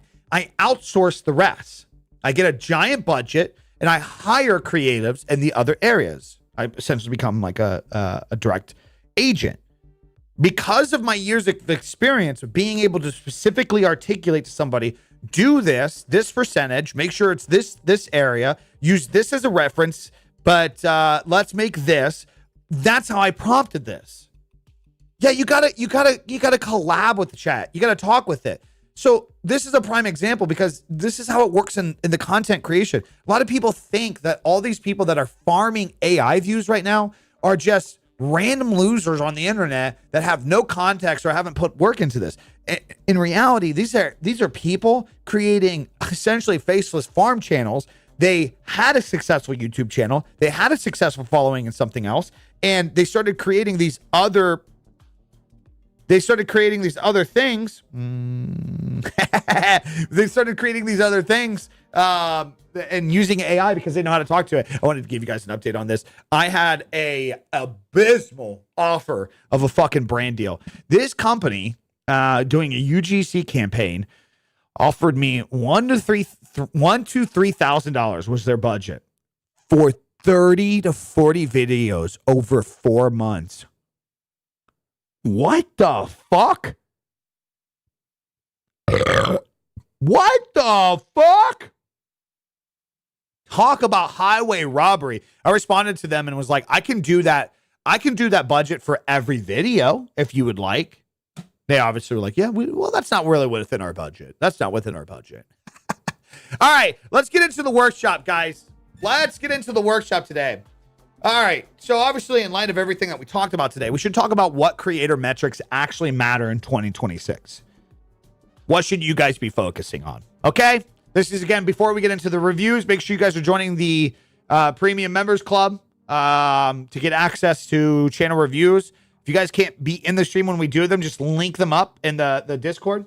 How do I add my channel for a review? Again, you have to go to your Discord. You have to make sure your Discord and your YouTube are connected. You get access in my Discord to what's called a premium members Discord. It will automatically pick it up once it's connected. And then you would post the things in there. So that's what you do for that. That's what you do for that. All right. So metrics that actually matter in 2026. Views equal reach. Okay. Just break it down like that from now on. That's the way you should just look at it moving forward, especially with the YouTube update. Engaged views, actual consumption. It's retention. It's the value of somebody actually being into the video that they're actually there. Okay. The value of them actually being there. Watch time, depth. It's watch time and engage are kind of the same thing. I'm just kind of understanding watch time. It's the depth. It's the real created relationship, or the real opportunity to create the relationship, I guess you'd say. The idea right now is the engaged views. Some of you guys in here are currently engaged views because you're actually engaged. You're the consumption of the stream. You're really soaking all this up. Some of you guys are not really talking. You're not interacting, but your watch time is still value. It's the depth. You're really consuming this shit too. Returning viewers equals loyalty. Returning viewers equals loyalty. Subscribers equal a community signal. What's up, loves? Community signal. It's not the breaker. It's not the make or break. It's just it's a signal that you're building something. Clicks equal intent. Conversions equal business value. Revenue equals monetization. I know that's kind of stupid. A creator that you might look up to, that you might look at with 250,000 views and think, that's not a huge channel. But if that attention produces brand integrations, affiliate revenue, memberships, website sales, AdSense, you've built something that's way more valuable than somebody generating millions of empty impressions can generate. This is through experience, guys. Stop treating views as the business metric. Views are the top of the funnel. They're advertising. They're the reason why brands just throw extra money at the shit. It's just, again, top of the funnel. It's just distribution of your view. Which, by the way, you guys all get free access to that on these vertical platforms nowadays. Everybody. Views are the top of the funnel, though. Attention equals trust. Attention goes into trust, which trust builds the community. Building the community is what creates the opportunities, and those opportunities is what actually generates the revenue. Okay? Does that make sense? Does that break down the analytics? Any questions on that? Any questions overall before we get into the channel reviews? Monetization questions, brand deals, yada, yada, yada. We could probably actually just go into the channel review section. Maybe that's what you want to ask. Maybe your channel is doing good and you want to monetize. That's what these are for, guys. And by the way, if you can't link your shit over on Discord, I've seen that you just joined. So, all right. Yeah, Cal's already in there. Cal's already in there. Cal, if you got any questions on this, please let me know. Let me know. What? Why is your screen caved in? Oh, this is for 4 years ago. Toe tagging in Apex Legends. What the hell, brother? What the hell? It should be a command in my... Guys, is Discord on my website, actually? It should be on the top of my website. Let me see.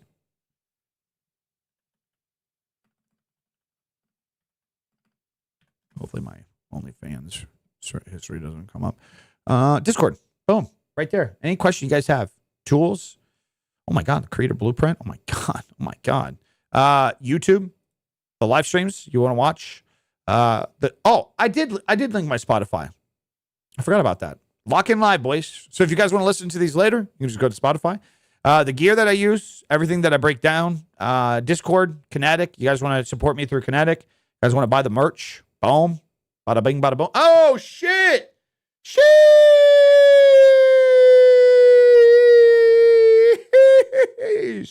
Talk about promotion, boys. Talk about promotion. Yeah, everything's available on my website, brother. Everything's available on my website. All right. Anyways, Cal's got the floor. Cal is a part of the premium member. We gotta make sure we focus on him. Cal, talk to us. Where do you feel like you are with things? I'm trying to figure out a way to do these better compared to how I used to do them too, to where it's like more of like a live conversation as well. What I really should be doing is I should start pulling people in Discord and talking. Basically, you need help growing, brother. Okay, so one perspective with that is the idea of growing. You should be growing as a better creator, not in terms of growing these. Actually, growing this is going to be more important to growing than growing this. For context, for anybody that's listening, I'm pointing out that growing the actual videos generated is probably what's going to actually result in a net positive versus worrying about growing the subscribers. It's like I did I said in a recent YouTube video, talking about the new YouTube partner program. Ironically, creating content not focusing on the YouTube partner program is ultimately what's going to result into you getting into the YouTube partner program. Sorry, I was doing to you, brother. So no, you're good. You're good. Well, I mean, the good thing is you take your page serious. You look organized. That's the first thing that I do critique on the YouTube channels, like just to be fucking nitpicky. While everything now is homepage based and none of this actually really does matter. What matters is, can you get into this nowadays?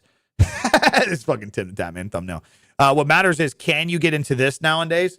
I still think it's better for your community to have this organized. Somebody wants to come through, watch something, find something. I think it's good to have good title, good understanding about the channel, a little bit of detail, links to other things. Give people the ability to find you. You think that a lot of people aren't searching through that? They really are. I just found somebody the other day because I was like, oh yeah, the fucking YouTube video. And I went and followed them on X from this. It's just a little side thing. This isn't going to be a make or break for you. A little thing while I'm here. Like, I would take this shit a little bit more serious. I'd take it more serious. But the meat and bone is, how are you actually putting together your videos? Because that's what's going to get you the push. And that's what's going to get people to click and stay and watch. That's what's actually going to get you to grow over time. What is this? Why is this guy's face fucking everywhere, man? Why? The state of Call of Duty, Black Ops 6, Warzone, Call of Duty. First, well, it doesn't look like you're doing this anymore. I was gonna say, keep the hashtags out of the title. They're unnecessary. Just get them out of the title. The state of Call of Duty 6. It's not that it's bad SEO. It's that being more direct would be better. Reacting to T-Dog's state of Call of Duty Black Ops 6 video, like having those key words in there would get you pushed to more, because that's what people are going to be searching up. This creating content, no design, this over creating content, no design for the partner program is what made you get in the partner program. Oh, this creating content, not designed for the partner program is what may get you into the partner program. Yeah. Which is like essentially same thing in and of itself. You want to grow your channel? It's kind of like, dude, it's just a subjective goal. I think it's a silly goal. Because like if you make your idea, Cal, of growth of like, I want to hit 5,000 subscribers, then I could argue, okay, well, what if in the next 90 days you take your videos from getting 10 to 100 views on a video, and these start getting 500 views a video, you only gain 300 new subscribers, 500 new subscribers. Let's just say that. You only gain 500 new subscribers, but your comments are now like there's 20, 30 people commenting a video. Would you say you've failed at growing because you didn't hit your 5,000 subscribers? Right? That doesn't make sense because technically you did grow. You made more videos. You got more people to watch them and more people are interacting where the meat and the bone is. Cut the intros, brother. Cut the intros. I don't know if you're still doing this. Cut these intros. No, cut them. You're wasting watch time. These intros provide no value to you. That is, I bet if you look at this, what video did well? What video did well? You can help me out here and go into some of these. Well, why are those going to regular videos? That should be in short form. That shouldn't be in long form. 1 second. Let me find a video that did a little better so you can actually look at these. Did you do it in God of War? Go look at your God of War. Ragnar, rookie takes all the berserkers, whatever that is. Go look at that video. Tell me how many people clicked off in the first 30 seconds. I bet, oh man, I don't know. I used to be good at this when we would do these before. When I did Devon's, I'd like literally nailed every one. I bet you lose. I bet you only retain 50 to 40% of viewers past the first 30 seconds of this video. That's a risk. That's a risk. I'm willing to put it out there. I bet if you go to this video and you look at your analytics and you go to your engagement, I bet you kept only 40 to 50% of people past the first 30 seconds in this video. And then probably, wow, an hour, probably a 20% watch. Black, welcome, brother. Welcome to the Premium Members Club. Get your account connected to Discord, brother, and get your link up in the Discord. Whoopsies. Whoopsie poopsies. I'll give him a second to go check on this. Another thing, too. These thumbnails actually look a little bit more washed for me because of my monitor. Thumbnails are a thing that's just so hard to talk about because it's the only way you get better at them is experience. It's the only way. Like in this Discord of itself, was it this one or like Devin? Great example of doing really good thumbnails, but he got to that point over time. Got to that point over a different time. One of these member clubs, there was a creator that constantly struggles. Yeah, in here and constantly struggles with thumbnails. And like you can say the same thing over and over and over again, the same rules. But you're really not going to understand them till you make a lot of fucking thumbnails. Dude, I fucking suck at thumbnails to this day, and I fuck with them all the time. I'm constantly trying to adapt and change thumbnails and figure out what works better for me. So it's like always hard to articulate, hey, just do this, simply do this, and I'll figure it out. It's just like easier to critique. Like half of these thumbnails are not gonna, something isn't going, when you put these thumbnails stacked to other thumbnails on YouTube that are designed to get you to click, they're not gonna stand out. So like best advice is not too many words in the thumbnail. Not too many. Play through in 2026, I guess, that got cut off. Yeah, that's a big no-no. That's a big no-no. Simple shit. Like advertising the part 5, the part 4 in the thumbnail. I wouldn't even waste my time with that shit. You're just taking away space and real estate to where you can actually be bringing in somebody and bringing something into it. Like this thumbnail is actually probably one of the better thumbnails because you put T-Dog's face and just blasted it in there. And you fucking have him, boom, right there. Again, for context, anybody listening, it's him react. It seems like it's him reacting to YouTube. What it is, what it ain't. It's your boy. This is a better this is a better intro, by the way, too. This is a way better intro. Boy, Cal Truth, and I got a live reaction video. I'm actually live right now trying to do it. So this is my first time doing this. So yeah, that's a better intro than these other intros. Yeah, cut. Did you already go in through and start cutting these intros? Wait, wait. Are you actually cutting these while you're live? I swear to God, we just clicked on that video and it had an intro. Now it's gone. I mean, if he's, brother, he wants it. He wants it. If that's what is he fucking editing these? I swear to God, I clicked on both of those videos and they both had these intro. Your titles are actually the things that's like, from what I perceive, from what I can see, I obviously don't know a lot about God of War and things like that, but title-wise, you're doing a lot better compared to a lot of people. It's just SEO. It's specific. This is a bad title. How Grief Became My Greatest Trading Edge. Like, nobody's searching that up. Black Ops 6, AIM's 85 best class setup. That's something that somebody would actually potentially search.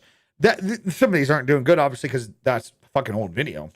Reacting to Apex Legends. What fucking funny moments. Also, too, your channel seems to be kind of all over the place. I see Call of Duty. I mean, these are old videos. It's another thing, too. You're not consistent.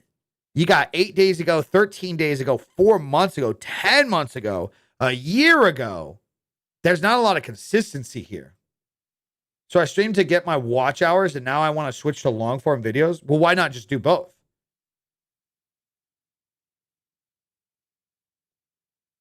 Upgrading Jecto and securing. Yeah, I mean, these are good titles, by the way. Like, you're just telling people what you're doing in the video. But again, this is kind of, man, this is where it's tough because, like, again, I'm somebody that speaks again for context. Anybody listening, his streams are consisting of Assassin's Creed and Warzone and Halo and yeah, just, you know, looks like variety. 007 First Light. And this is where I get a lot of people confused, and it is confusing because it's a double-edged sword. You don't have to niche down in terms of specifics. Gaming, the best way to describe it in gaming is you actually don't only have to play Call of Duty, but you do have to at least guide people and categorize and niche down in the sense of what are you playing? So a great example from what you're currently seeing is you're doing story mode and this idea of like Warzone. Those are two different worlds. You got a lot of story mode on here. You should probably just stick with campaigns and stories. So you're not confined to one game like some people say that you have to be. It's not that you playing Assassin's Creed is going to be bad because now you're going to constantly have to play Assassin's Creed. It's the idea that like you're going to have to stick to story modes. Great example. Great example. I don't know why I always repeat myself. That's something I reviewed in the fucking last VOD. Constantly repeat myself to kill time. Great example, boys. I am Rob. I use him all the time. Talking about this idea that no, you don't. You can do variety.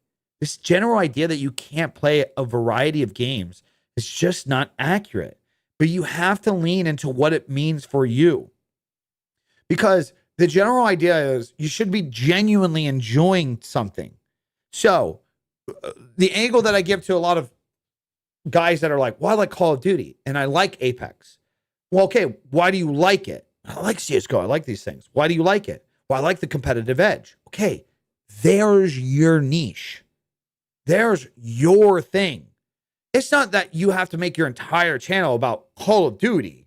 It's that you need to go hard because, like, you're most likely not going to be into all of those games that typically match a certain energy unless there's a specific reason why you're into all of them. It's hard to find somebody that wants to grind Apex Legends ranked and wants to get to Apex Legends pred, but also like wants to do every fucking story mode that comes out. It's hard to do. Like, it's going to be hard to do that. One, it's not even just for the idea of like building a community, but 2 years is time. I literally just dropped a video about allowing your personality and guidance to niche of your channel. Well, you got to watch it, man. You got to watch it. Your personality is not necessarily your niche. Your personality is your character. It's your identity. It's your branding. So, like, you got to watch giving that advice because then some people will be like, well, if I'm just happy all the time, I can do anything. I can make an Apex Legends video. I can make a fucking video talking about my car. Like, It's not necessarily the case. It is generalized bad advice. So when I started to lock in, I was feeding into the first ever time playing niche. That, like, okay, see what I'm trying to say? That's not a niche. That's why I fucking hate niche advice. First time ever playing something is not a niche. That's just fucking being relatable. This is just an experience. The niche, the category in of itself is what is the thing you're playing? This is why I hate niching advice. Thank you for saying that. This is a prime example why that generalized advice, niche down, is bad advice because people don't comprehend what that fucking means at multiple levels. Niche down. Just stick to one specific thing. And then get guys like this. Oh, well, I'm going to make my thing specifically experiencing a thing for the first time. Well, that's a horrible niche because what if you just experience every fucking game that exists? Well, now what? Your niche is cooked. Doesn't exist. Right. Bingo. If you naturally are like, dude, I love extraction shooters. It's not that you can't do Arc Raiders. It's not that you can't do Escape from Tarkov. You just got to lean heavily into extraction shooters, and you got to talk about more extraction shooters, and you got to talk about the deeper nuances of things, and you got to give other extraction shooters a try, and you got to lean into that angle, and that's how you can go super hard in it. Oh, well, what if I also like playing Warzone with just my friends? Okay, that's fine. That's not content then for you. You should enjoy that for yourself. You don't always have to be on. A great example on this. I'm actually, I might start working with this creator. Yeah, he put out a fucking video. Yeah, brother. Good shit, Vito. Good shit. I just analyzed his channel today. I might actually start working with him because I think Vita could blow up, man. His fucking output. So he's top. He's top. Where's he at most lately? Wait, that's he's top 50 pred in the world. Top 50, 56, I guess. Yeah, he's number 56 Apex Legends Predator in the world. Fuck, what was I bringing up that point? Oh, yeah, case in point with him. This dude grinds Apex Legends. Grinds every fucking day. Grinds Apex Legends. It's his main thing. It's his main source of income. Case in point. Watching his stream today, last night when I was going to bed, somebody said, how was your day off? It was great. I got a lot of time in Power World. He doesn't stream Power World. He doesn't create content around Power World. His thing is the competitive shooter that he's really, really good at. That's his niche. That's his pillar, like his fucking thing, because he's a fucking demon at it. Just an absolute demon. It's all he does. And that's the thing. A lot of people, they ain't got that fucking dog in them. The reason why guys like Vita do well in Apex Legends, the reason why guys like Ryda, Joe do good with Warzone is because they got that dog in them. Again, the issue most of the time is not, can you do something relentlessly and become successful at it? That's not the problem. The problem is inherently a lot of people don't actually have the interest of being really, really good at Warzone or being really, really entertaining at Warzone because they genuinely love the game above all. They just think it's what's popular, so that's what they got to do. That's their issue. That is the vast majority of people's issues. They're not passionate about the thing that they're doing, so they won't spend relentless amount of time getting better at the very thing and talking about the thing. So you mentioning the extraction shooters, it's a great example. What do you think if you love extraction shooters? It's just for some reason you're like, fuck, dude, this is, God, I just love extraction shooters. The thrill, the rush. I could talk about Tarkov. I could talk about Delta Force. Then why in the fucking world would you be streaming fucking Call of Duty Warzone just because you think it would help with numbers? You don't even fucking like doing the thing. Who's the guy who does really good with all of those? I always like providing examples because then people say, well, you can't just do these things. Yeah, you fucking can. There's a guy that plays Delta Force. He plays, God, what the fuck is his name? DMC. He plays Tarkov. He played Arc Raiders. What the fuck is his name? I think it starts with a P. I mean, there's a lot of people that play these things. Lucci plays a lot of these things. Stone Mountain plays a lot of these things. God, what is his fucking name, though? There's one guy that I'm really thinking of. He covers a lot of these games. The fuck is his name? Peanut? God damn it. God damn it. Not good. Not good. Enders does a lot of different games. What the fuck is his name? It's gonna bot. No, not Pastilli. Fuck. You know what? I'm subscribed to him on my gaming channel. I gotta find his name just for an example. Yeah, just for an example. He's probably live right now. He's got to be. Oh my God, Dr. Lupo. That's not a name that I heard in a while. That's a name that I haven't heard in a while.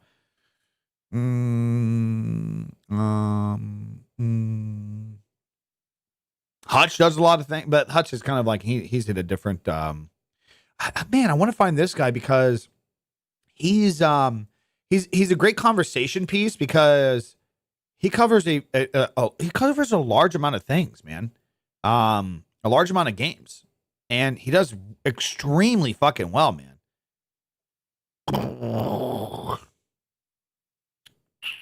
Does like a lot of POV type things. No cam, got a deep voice. Then there's another creator. Him and his brother do things together.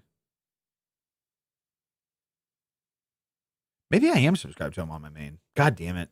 It's the only bad thing about turning these into podcasts is my fucking brain, dude. I don't know what it is about my brain. Once I get hooked on, like, I got to figure out something, I got to figure it out. It's going to bother me. It's going to bother me, boys. So now for context, for people watching, I'm sitting here with my cam up, just trying to scroll through. Fixate. God damn it. Thank you. Fixate. Yeah, the reason bringing him up is, you know, you mentioned, so you don't have to, like your thing could be extraction shooters. Look at this guy. Yeah, that's his fucking thing, man. That's his thing. Extraction shooters. Dude kills it, man. Kills it. Great creator, too. Makes videos about DMZ. Makes videos about Delta Force. Makes videos about Arc Raiders. Kills it, brother. Kills it. Crazy following, too, by the way. Crazy following. Loyal viewers. I love COD, but like I enjoy playing story-led games more on stream. So I see what you're saying, bro. The problem is from a lot of this shit, Cal, and what you want to avoid doing in this is thinking that gaming generalized is the niche that you need to do. And that everything you do via gaming needs to be content. I see creators making this problem all the time, man. All the fucking time. And where we really go wrong is inspiration. Like we just mentioned Tarkov, guys. Somebody just mentioned Pastilli. Now, the issue in this space is somebody could have... How do I break this down? One of you guys in here could be the next I Am Rob because you genuinely love story modes. You said, I love COD, but I like enjoying playing story-led games more on stream. So I see what you're saying. So I think you need to be streaming-led, right? But the thing is, maybe you really enjoy Call of Duty because you watch the Call of Duty guys. And there's nothing wrong with that. That's an enjoyment. And that can be a part of your pastime. It's just like, I know Iron Rob plays Call of Duty. It just isn't his content anymore. So like, some of you guys got to break over this idea that everything you do has to be content. Not everything you do has to be content, guys. I see it all the time. Escape from Tarkov, another example. You like Pastilli and you like playing Escape from Tarkov, but like, it's not what you eat, live, and breathe. So why is it your content? You know what I'm saying? Yeah, what else? I mean, I'd like to see you. So by the way, with these, you know, this isn't a one-time thing. You come through, you come check in, like over a period of time, you use the Discord and we want to see the updates. We want to see you're doing. I think you're doing great with the titles. Your thumbnails are like almost there. I don't think there's anything wrong with them because the key thing that you are doing is you're making them about the game, which is great because that's what the SEO click, that's what it's going to be. I I wouldn't worry about trying to add too many things, trying to add your face to everything. The best advice that I got, even though while statistically face thumbnails on YouTube as a whole, because we're not talking about gaming in general, do better. In terms of gaming, when you're starting off, best advice that I ever got that helped me immensely back in the day is until people know who you are and you got a community, your face doesn't fucking matter, man. The content matters.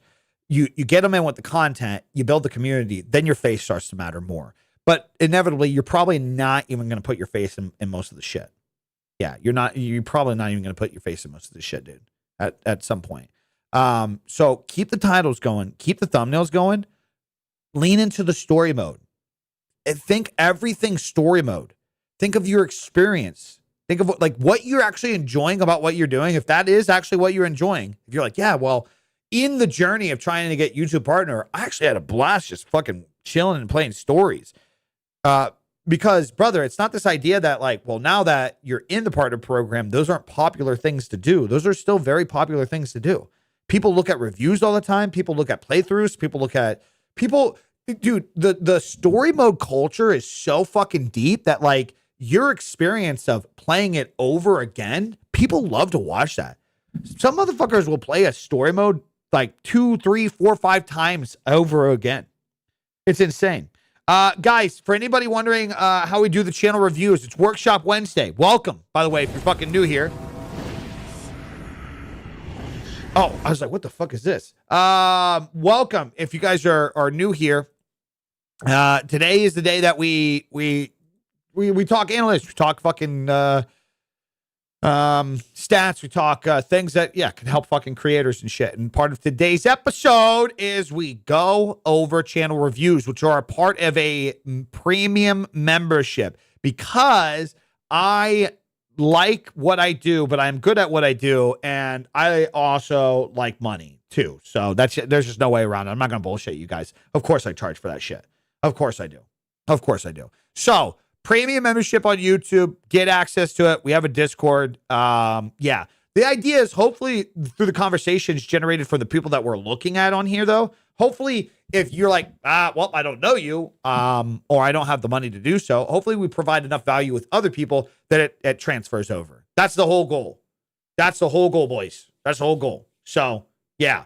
If you are just now tuning in and you're like, okay, well, I kind of fit into that demographic where I don't really know you yet. I don't know if I trust you, or just $15 a month to be a part of something like this just doesn't really jive with my shit. But I would like to figure out what you just said about this guy's stuff, because I missed the key points. All these videos are going to be all these videos are available on my YouTube channel, and they are now available on Spotify as well moving forward. So you guys can go to my website, bige.co. You can find everything through there. How do you deal with making content about a game that is doing more than well and has a healthier player base, but is basically dead when it comes to content creation? Give me an example. When we do these things, guys, there's no point of being hypothetical. Don't give me a hypothetical. Give me a direct. Because let's look into it. Is that real? Is content creation really bad in that game? Or are you just having a negative experience with content creation? I'm not saying you're wrong. I just got to figure it out. We got to figure it out. All right. Black Reacts. Man, I've always thought about getting into a reaction channel because you make so much. It's kind of a lottery ticket. You got to break through. But when you break through, oh my God. Oh my God. Well, in terms of how you're doing things so far, it's good. Your titles are correct. First off, kudos on the presentation. Just want to say that. Wait, you got another. What's this? What is this channel? You got a bit of larger following over here. What's this? Oh, you review. So this is like hip hop, and that other one's just a general.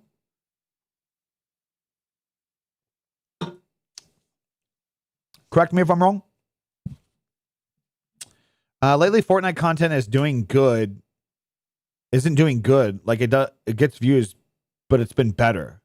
Brother. See, this is why I ask. What are you talking about? Fortnite content isn't doing good.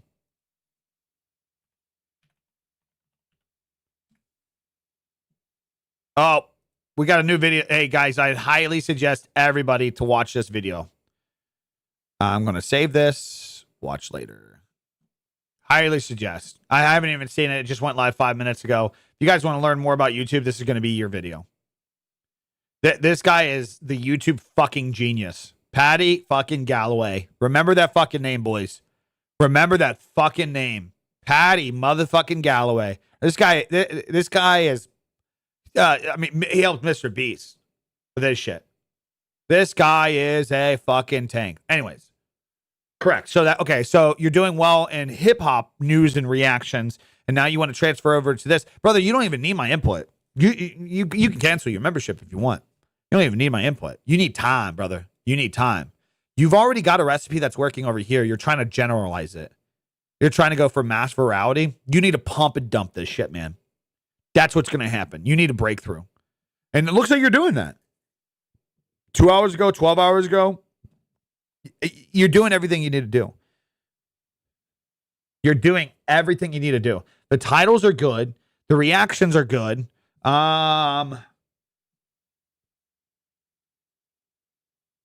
Yeah, I mean, you're not overcomplicating the thumbnails with a whole bunch of shit.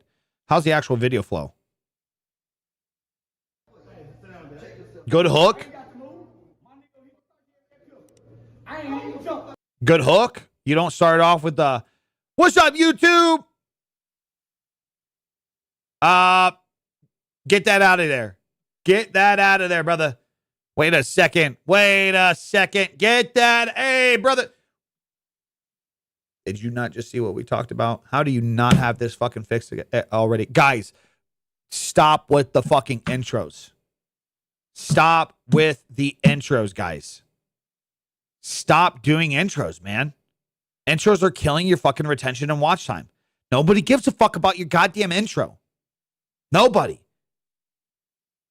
And then how do you start this video off? Let's see. 2 seconds of wasted time. Speaking of in her guts, what the? Let's watch let's watch a Gideon just dropped. See, that was a better hook than. Speaking of in her good, that was a better hook than your intro. That was a way better hook. Yeah, get rid of the intros, brother. Get rid of the fucking intros. But I'm gonna tell you why I'm actually going live so far on YouTube, because YouTube ain't playing about these new creators. Now, I'm not a new creator. I'm not. Yeah, it's good hooks, man. You got good hooks. You got to get rid of that intro, especially now. It's not even just short forms. It's horrible across the board. And even people that have, like, I've got intros in some of my videos. Like, let me explain the deeper part of this, because then that's when people say, hypocrite, hypocrite. What video has an intro? My building in public series is where I started putting intros. We got a big. Yeah.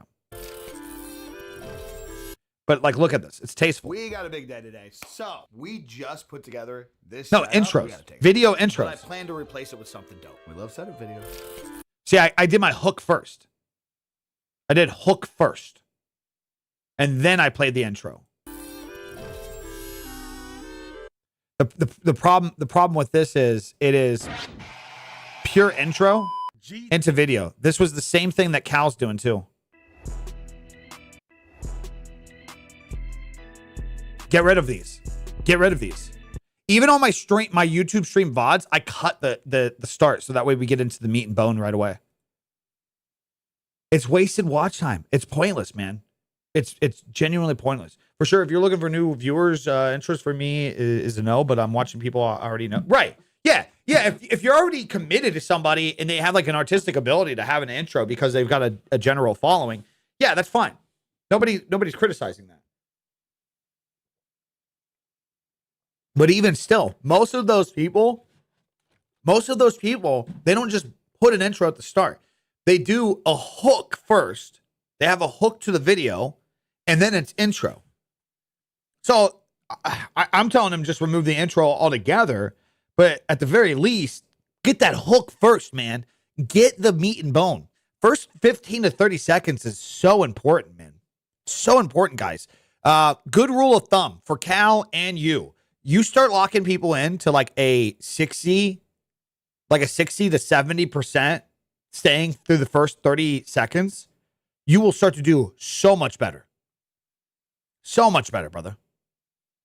Videos will get pushed way more. You reviewing intros? No, I'm fucking not. No. And then what are you doing for shorts? GTA 6 is upon us. It's coming out in a few. How often? That's the big thing I want to know. 2 hours ago. The numbers have doubled. Yep, I'm just gonna leave. Oh no, I can already tell, brother. No, brother. All right. If I was you, if I had full control over what you were doing, Black. Oh man, it's all dependent on the output. You need to be mass, brother. You need to be mass. Like, you should be putting out 5 to 10 shorts a day. For sure. Nice, Dank. With what you're trying to do, you're going for volume. You're not trying to create artistic content. You are going for fucking volume. You want top of the funnel distribution. You want to be everywhere. Every one of your videos should be turning into so many fucking verticals. And every day that you post a video, you should be posting those verticals. Now, the key thing with this is when you go to upload these, you don't want to fucking alert the subs. Don't be spamming everybody with the verticals. No, I'm not talking about, I'm talking about multiple shorts. Multiple shorts. And that's not what it shows here, brother. I seen a 2-day gap. Hello. Whoa, Storm. Hello, Poppy. Hello. A congratulations is in order for you, good sir. A congratulations is in order. I believe you got a new Gamba sponsorship. Congratulations, brother. Congratulations. Hope you're doing well. Looking hung and handsome as always. My views suck though. Doesn't matter. You're starting off. Why are you judging by what you do right now because of your views? Your views are irrelevant. You need breakthrough. Like, let me just, Black, while I'm trying to help you, let me put in, let me just tell you something. And this is just something you got to get over with where you're going. You're going down a completely different route here, brother. You shouldn't be judging your shit by views because you're not creating artistic content. Doesn't matter right now. That's just the reality. And I'm just keeping it a buck as possible. You are leaning into virality of conversation and output. And you're just trying to create a conversation. That's it. And there's nothing artistic about it. Nothing. And I'm telling you right now, there will never be anything artistic about reactions. Nothing. Nothing artistic about news. Because this is where I was a year ago. This is the problem that I had. And so you got to really figure this out right now, man. You got to figure this out right now. Because I was in this world. And these are just the public videos. I was in this world. It's great revenue, dude. It's really great revenue. There's no artistic creativity in this shit. In this type of shit. Nobody gives a fuck. No, I was farming. I was making fucking $6,000, $7,000, $8,000 a month on Kick. Like my YouTube channel revenue was through the roof. Brands don't give a fuck. Brand one trying to be in front of one of these videos. You want to be creative? You want to be artsy? Nobody fucking cares. Nobody fucking cares. Give them the information. They want to move on. That's it. That's what this type of shit is. This is what, and there was a lot more videos. I was reacting to fucking political shit. I was reacting to drama slop. Yeah, it pays really well. It's not that it's not what you're about to do is bad. It's not to discredit you. You can create real value and entertainment in this for sure. But like me telling you, you need to put out more shorts and you saying, yeah, but they don't get much views. It doesn't matter, brother.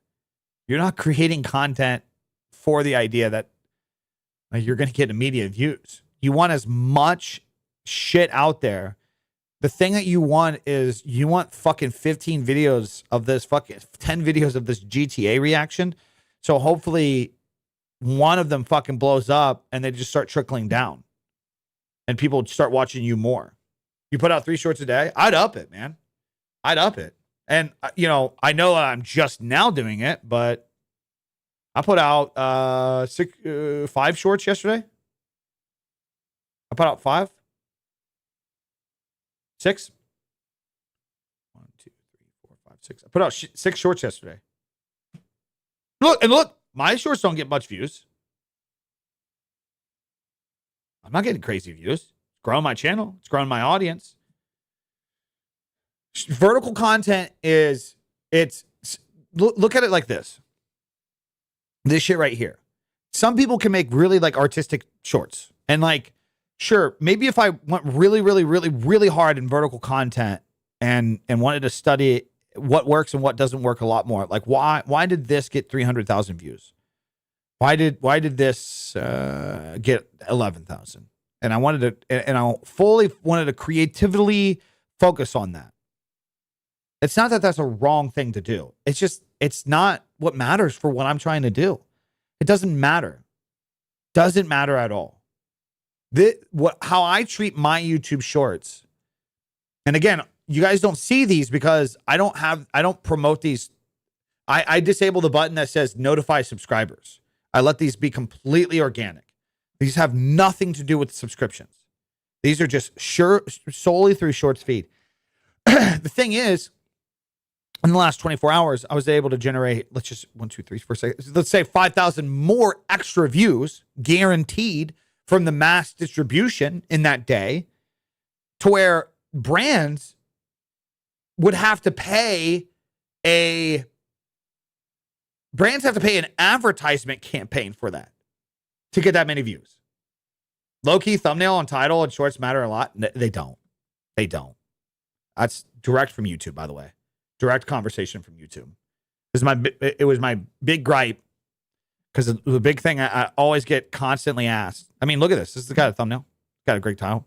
I constantly get at this right here. Great thumbnail, fucking title. By the way, this farmed on every other platform. Complete flop here. Complete fucking flop here. Farmed on the other ones. Did fine everywhere else. Directly from YouTube. Thumbnails don't fucking matter with shorts. Directly from them. That's why they never made an update till recently. The only reason they made the update recently is because everybody kept complaining about it. But YouTube specifically said, and I quote, that the data and research shows that thumbnails play little to no role in how shorts get distributed. They don't matter. They don't fucking matter. The biggest thing is the creation of the fucking vertical in itself. Because the majority of the views are coming from people scrolling in the timeline. And the title is definitely going to help with that, for sure. Because if you can get somebody to stop because of the title, that's going to be like the first hook. But if the video naturally in of itself has a good hook, the thumbnail and the title doesn't matter. It doesn't. I've seen creators that have no titles in their shorts, killing it. It's insane. Same thing with Reels, with TikToks. Most of the time with the thumbnails, it's more of like OCD of creator. The creator wants to organize their shit. And I totally get that. Because like, and I love my Instagram. And that's where I keep everything organized. So it matters for your suggested and search, probably not for scrolling. Yeah. And most of it's going to come from the scrolling. The majority comes from the scrolling. Are brands showing more interest in sponsored shorts, or is all the money still in long form? All the money is, and for whatever will be, what value can you provide to potentially selling the product or the brand to a customer? It doesn't matter if that's shorts or long form. Thank you, Posse. What's your process from scratch to finish? I should also be giving context for anybody listening. We're just looking at different ways of like different channels utilizing shorts and how they organize shorts. Showing that there's just different ways and different perspectives. I don't create my shorts for each individual short to pop off and do well. I post for volume, not for virality, essentially. Did you see YouTube added that you can get custom thumbnails to shorts? Yeah, we covered that yesterday. Yep. Title of shorts literally is the best if it catches the search algorithm later down the line. That's about it. Because shorts is pure shorts shelf off a rip. Right.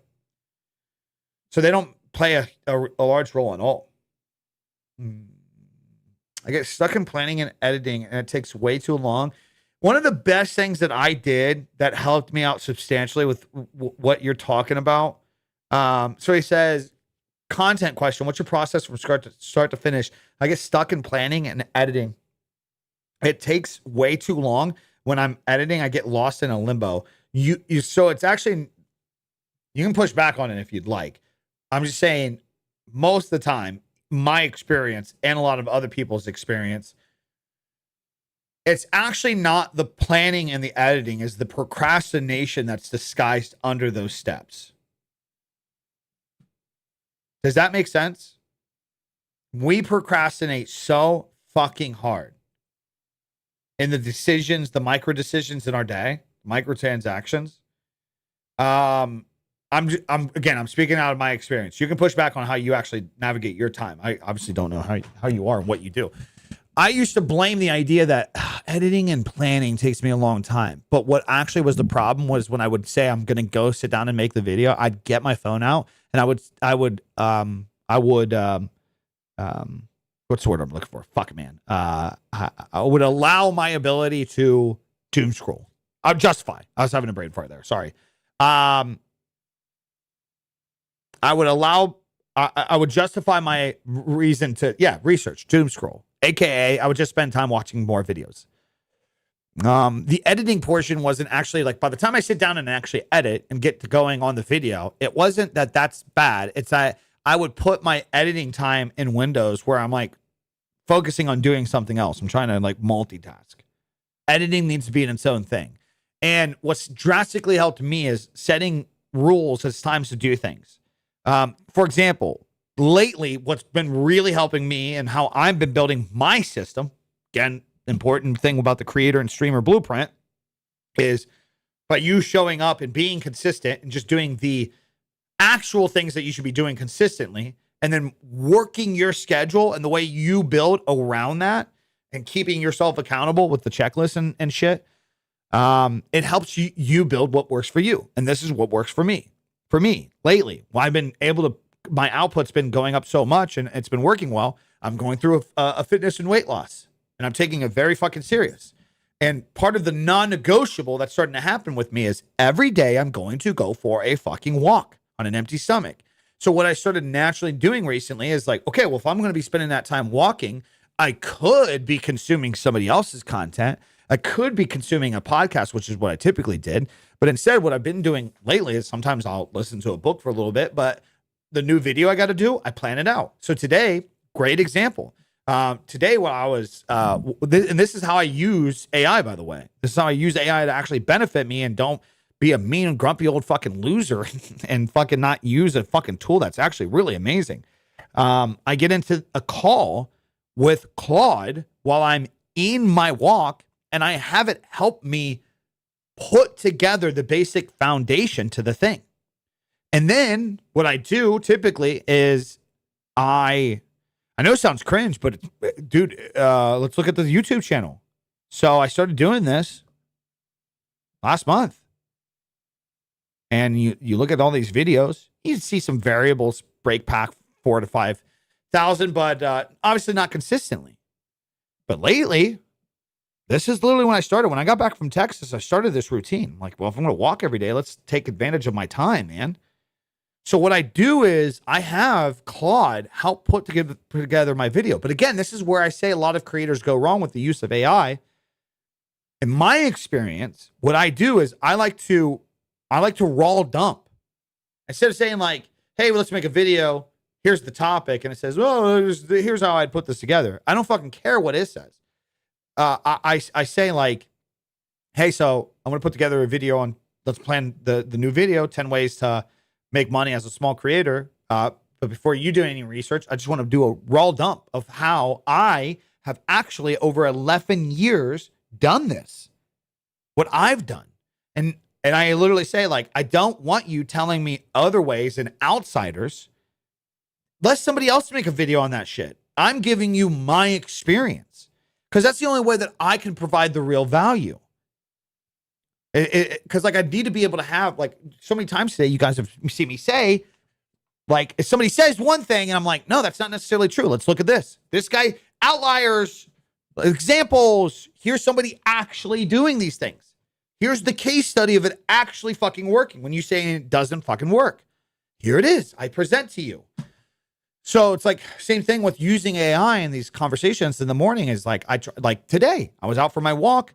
I had to finish. So I had to get off a concept to a brand deal. Oh, this is a great example. So I'm working with a large company right now, right? And I got to get the final video to the series, paid campaign. Now there's these talking points that it has in there. And originally when I said, let's build a script around it, Claude jumped to it and was like, here's the script. And it pulled directly from the brief that I put in there and was like, here's what you should do. And it was just super robotic-y, super lame, super cheesy, completely disconnected, right? And I said, and so I saw it and I said, no, like, so here's actually my experience on this. And I also want to include the idea that here's what blows my mind about where we are with technology, that we have these things. And also, too, I just want to tell you my story on, like, the first time I ever got something and how it relates to this. And then because of me pushing back and putting more of a raw dump, then Claude is able to come back and say, okay, well, here's your real script. I'm taking your raw thoughts and I'm letting you dump it into basically a category. So, yeah. Yeah, sorry, Black. Sorry. Yeah, these will veer off. Yeah, it is channel review. Mofo did play with that.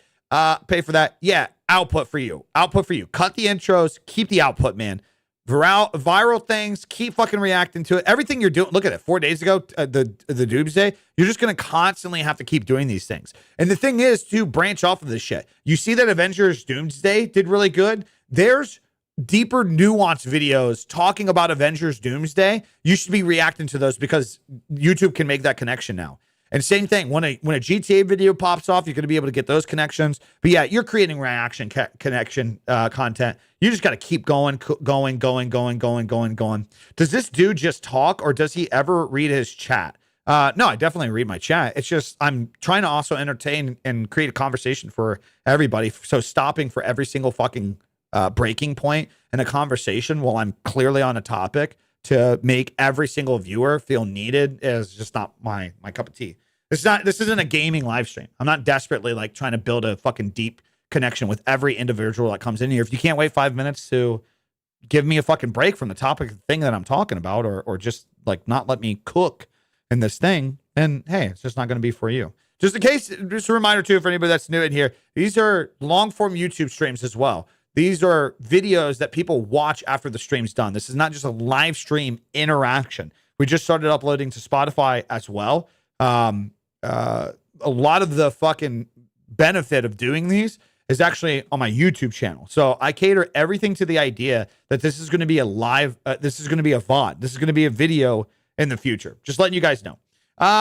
Anyways, no, you asked like you talked about like 3 different things in one thing. So while I'm talking about this generalized advice on how I structure my day, you talked about Claude, then you talked about Claude's and Higgsfield, then you wanted to know what microphone I was using. Now imagine in that conversation where people were finding real value in what I was talking about, me breaking down like, hey, here's how I structure my day to stay organized and generate multiple 6 figures. Imagine if every 2 seconds I was just stopping and saying, yeah, I use the mic. Anyways, continuing. Yeah, I think Higgsfield is great. Yeah, anyways, continuing. Like, do you get what I'm saying, brother? Just a little deeper nuance back. Hey, Black, appreciate you. Also, too, it's good to point out, Black literally paid for us to just talk about this shit.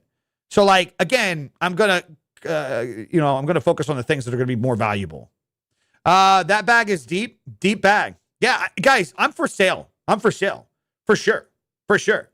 Just letting you know. You want to get my attention immediately? Hey, send some money, man. I'll respond real quick. But in terms of the idea that, every single fucking thing, like, give it a second, guys.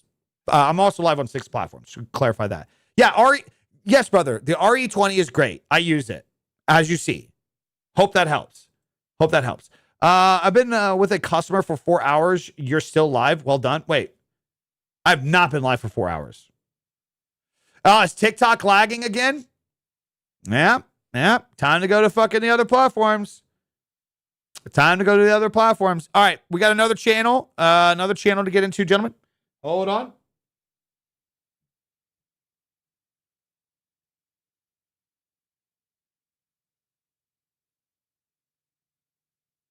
Hold on. All right. Nova's back. Nova, you were one of the originals when we launched this, right? Good to see you still around, brother. Good to see you still around. About a collaboration that they can use for photos in their next video. You helped me just tell myself, get started with a aviation photography Instagram page. That's pretty sick, by the way. I started it last week, and I'm currently in conversations with the coordinators of a regional air show about a collaboration where they can use my photos for their next week. That's dope, man. Fuck yeah, brother. Potentially making a move from the old 704 gang scheme. Wait, like you personally? Just a heads up, Brian, the way that I do these streams now, I got to be a little bit more on topic. How do I get you to review my channel? That is a great question. You go over to the website, biggie.co. You go to the YouTube portion. And you join the Premium Members Club.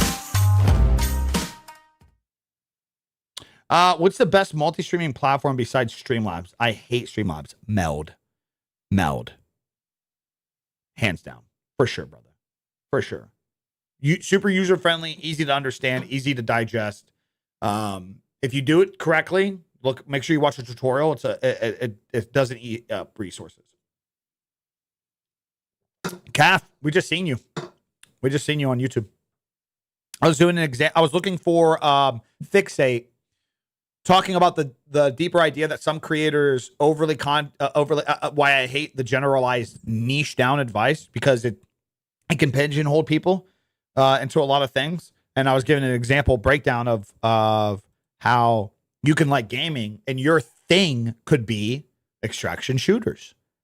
And so I was looking for Fixate, and next thing you know, I seen you on there. Yeah. Next thing you know, I seen you there. Why do Dailymotion deleted videos after 2 years? I've lost all my French. I don't know, man. I don't even know what you're fucking talking about. Yeah, Meld. MELD. MELD. I don't have a link, guys. I'm not like an affiliate or anything. Tell them to get me one. That'd be sick. Anyways, real quick, let's make sure we cover Nova. Nova, appreciate you, dude. Thank you. Shout out, guys. This guy stayed a part of the Premium Club, I believe. He didn't just rejoin today, did he? I mean, if he did, I appreciate it. This guy's been in the club for fucking, like 8 months now? Well, I took some time away and organized everything. Jesus, man. Appreciate you, dude. Appreciate you. Friendly reminder, the creator workshop is also live too. How did I do it? We just scrolled past. I mean, it was a video, looked like it did good. It was like over 100K. Good thumbnail, good title, probably. Because it showed up on my feed. We were looking for, I was looking for Fixate through Delta Force. What is Meld? It's like OBS. I didn't take a hiatus. I had a lot to do. We moved, and then I did take a break. Yeah, I took July off, essentially, almost from everything. So, but yeah. All right. Subnova. I started on Kick, signed for over a year. No, but what I'm saying is, like, you are part of the. We've reviewed your channel before, right? Haven't we? Sorry, boys. Haven't we reviewed your channel before? Because I thought I remember critiquing some of these thumbnails. Or maybe we just organically did that because you're in the fucking Discord. Yeah, you're in the premium Discord, so you got to have access. Yeah, I think you can do filters. Oh, we did your setup. Yeah, brother. You have the fucking AC Blaster 5000, right? Or you need an AC Blaster 5000. For context, pretty sure we reviewed his setup, and he's got a crazy gaming setup with no AC. Yeah. Or do you have the Do you have the crazy space station? Yeah, me being in the, yeah, it was the AC one. It was the AC one. All right, well, let's dive into it. Branding, branding's there. Again, guys, I critique it. I say something about it, and it doesn't really matter. Like, nothing about this page, the presentation of it, is going to make your videos get pushed. I just think it's one of those things that, like, if you inherently take what you do serious and you want to be taken serious, like, taking yourself serious and doing these things makes sense. Having a good header, making sure you have a fucking avatar, like, or profile picture, organizing your page, shorts for you, videos, popular videos, montages, member only videos, having the post. Like, I don't know. I'd argue that, like, it's not that doing this shit is going to get your video pushed into the feed, but it is in of itself, you saying, you know what? I'm going to take time to write a description. I'm going to put my links together. It just shows that you're willing to show up and put work into the presentation of what you are before you even expect people to come and check you out. Just my thoughts. It's not a make or break. It's just something I always like to make note of. I feel like a lot of people struggle with understanding how niche and TAM, total addressable market, work together. Yeah, well, it was like we were reviewing a channel earlier, and he's like, well, I think my niche is playing something for the first time. I'm like, brother, no, that's why I hate fucking niche talk, man. Because, like, generalized. Generalized. That's the big preference with this, or big point with this. Generalized niche talk. Just niche down. Well, if you don't explain to somebody what that fucking means, somebody will just think that, yeah, like that. Oh, I just got, my videos are going to be me playing something for the first time again. Or for the first time. Well, that's a really fucking bad idea, because what happens if you just run out of videos you enjoy? Then you're never going to fucking play anything new.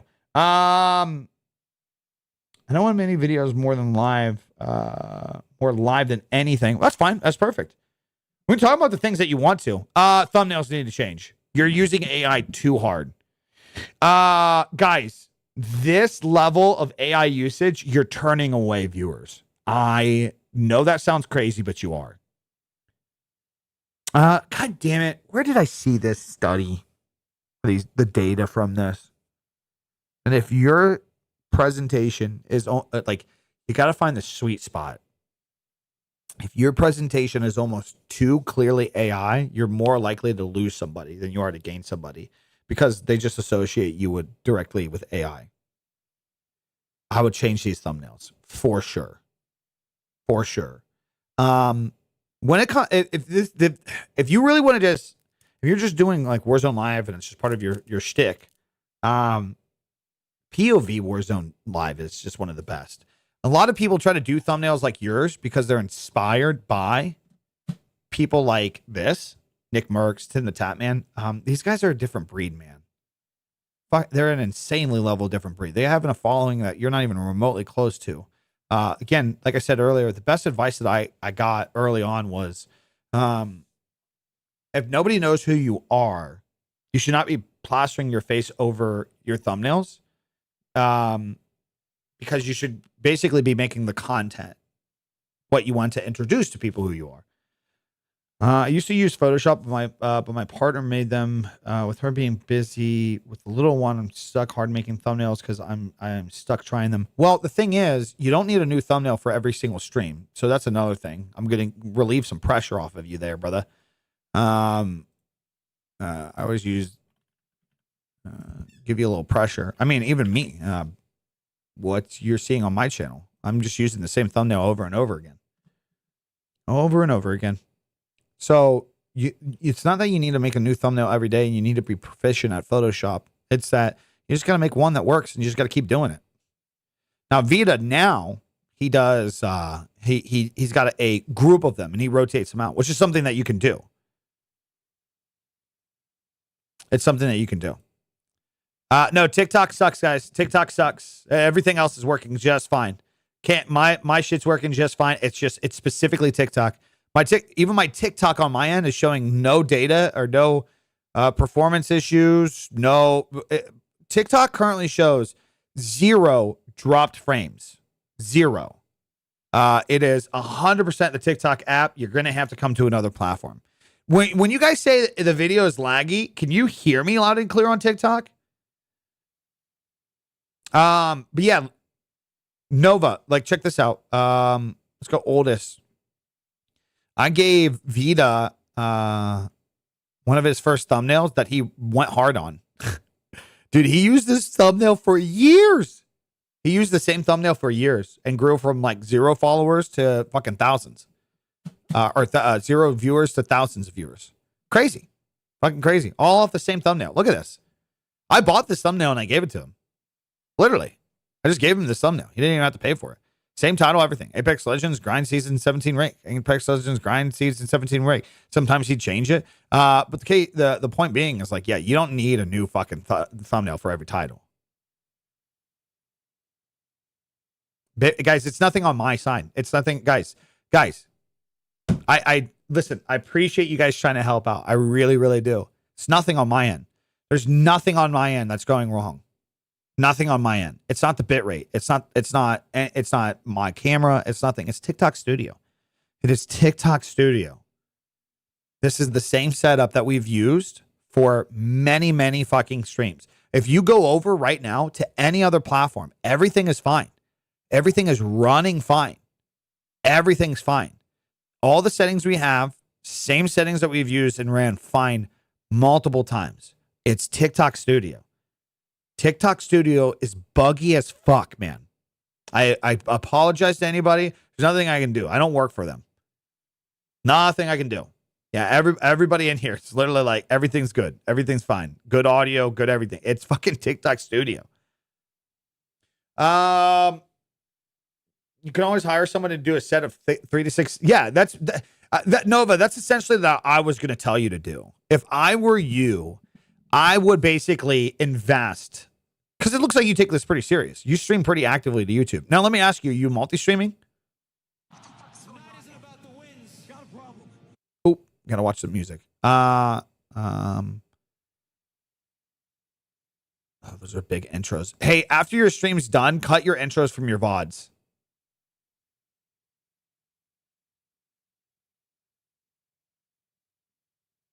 Yeah, TikTok's so fucking bad, man. Nice. Congratulations.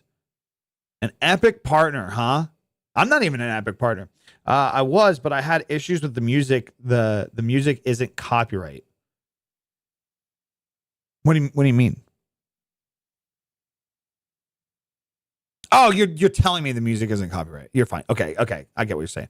Cut these intros from the VODs, man. Stream doesn't really matter. Cut the intros from the VODs. Because like VOD, I have no problem showing this, by the way. Let's just go over like this one. So it'll pop up what the live analytics were. And then how do I go to, hold on, let me see something. Analytics. There we go. I'll show you the revenue made and shit. So since the video has been published, this has gotten another 387 views, 80 hours of watch time. It's averaged a 12-minute retention. This is why I like doing the streams like this, by the way. It basically turns into a podcast. This is why the person that couldn't wait 2 seconds before I answered 15 fucking questions that he asked. This is why I do this. And also, too, it's good to point this out, too. This is what's so crazy about YouTube. Now, again, these are small fucking numbers. I don't have a large audience on YouTube, especially with the shit that I do. But this is just essentially free money. But this is how a lot of people's graphs, regardless if we get 50 viewers, 100 viewers, 500 viewers. So analyzing, I hopped into a call to help somebody with a channel of like a few 100,000, big gaming creator, live streams on YouTube, heavy. This graph was more over to the left. And what this is this is how much ad was created while live. This is how much ad is created in the stream after it was live.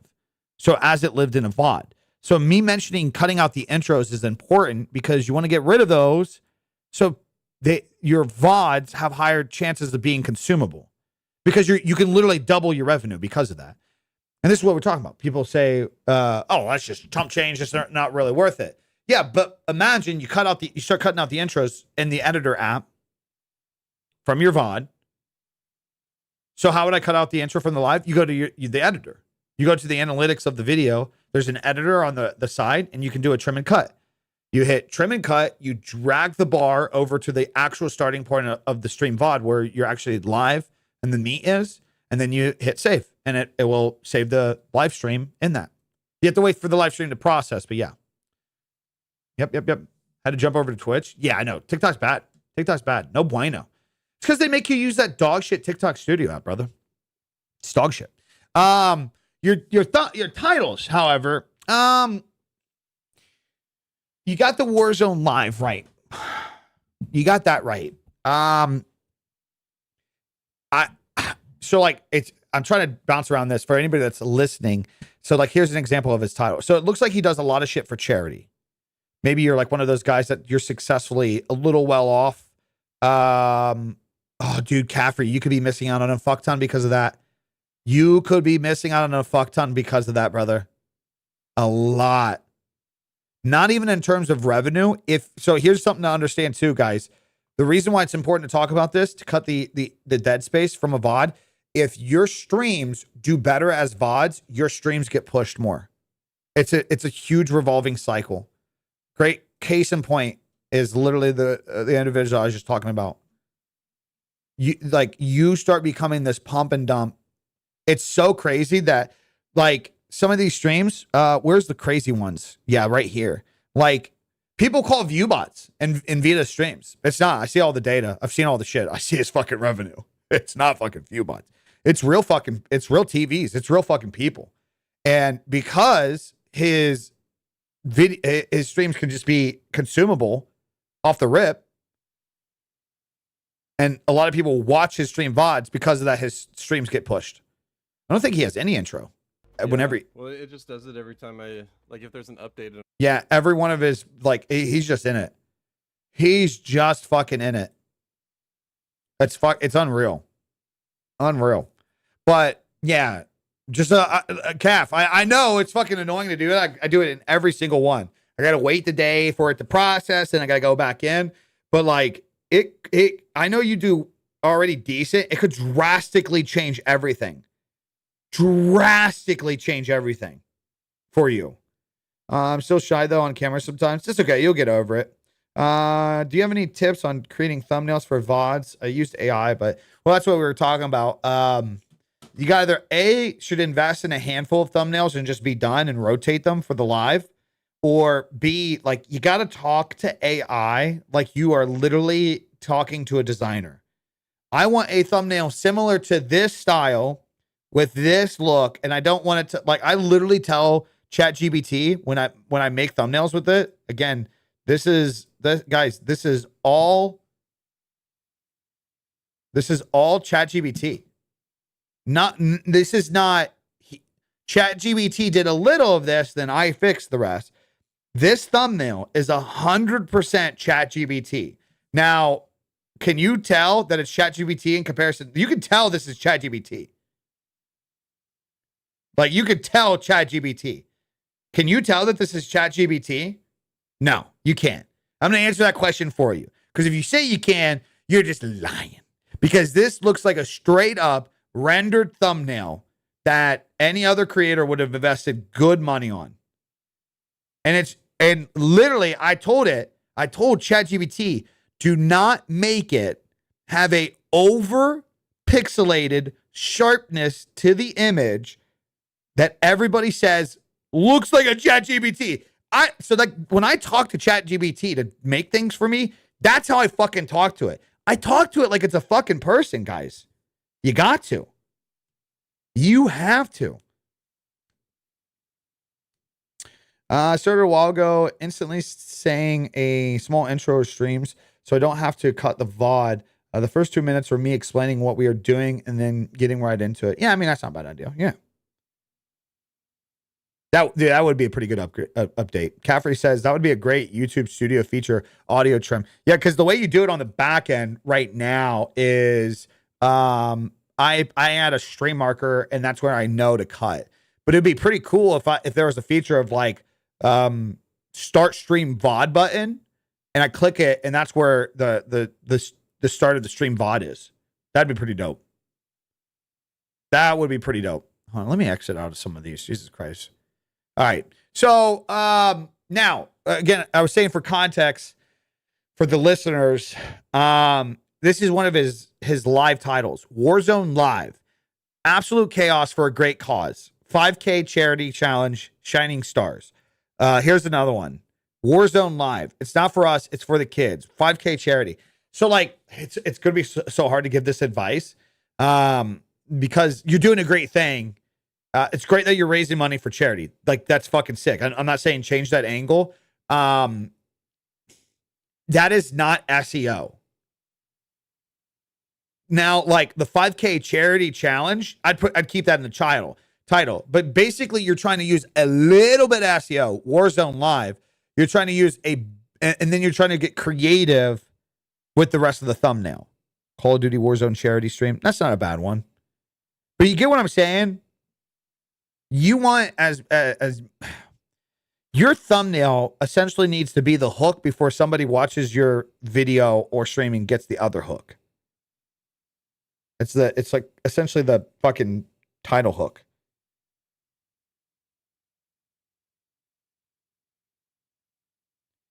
Well, I started long form from a month ago. I started about a month ago, still learning how to edit. There you go, man. Got to keep at it.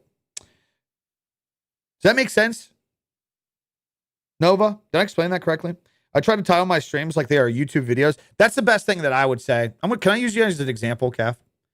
That's the thing that I always try to tell people. You want to let's see. Is it just plays or is it just Caffrey? Yeah, you want to treat your live streams like a live VOD. Another person that does this really fucking well, Lucci. Lucci kills this. By the way, I've seen Lucci's numbers. Holy fuck, brother. Holy fuck. You know what makes Lucci's shit so good? He doesn't, like, you can't tell if like, look at that.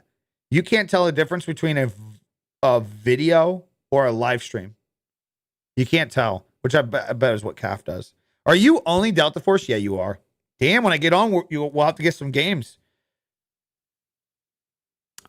Calf, I would lose that box if I were you. Do you just do that for, like, styling? Lose the box, man. Oh, shit, especially because your videos do well. Fucking lose that box, dude. I don't know who started that. It's a common thing that a lot of people do. I don't know who started that whole box around the thing. I'd lose it though. It's just clutter. If you made these look more like these, I bet your lives would do even better, dude. How long's your intro? Oop, copyright. At least you got a timer. But yeah, dude, this is gonna kill your fucking. I'd get rid of your VODs. I bet your streams would start doing a lot better because your videos are doing well, so you're getting favored for sure. Yeah, we should stop watching this guy. We're giving him a free review. That's $15, brother. That's fine. That's fine. That's fine. I'd block you too.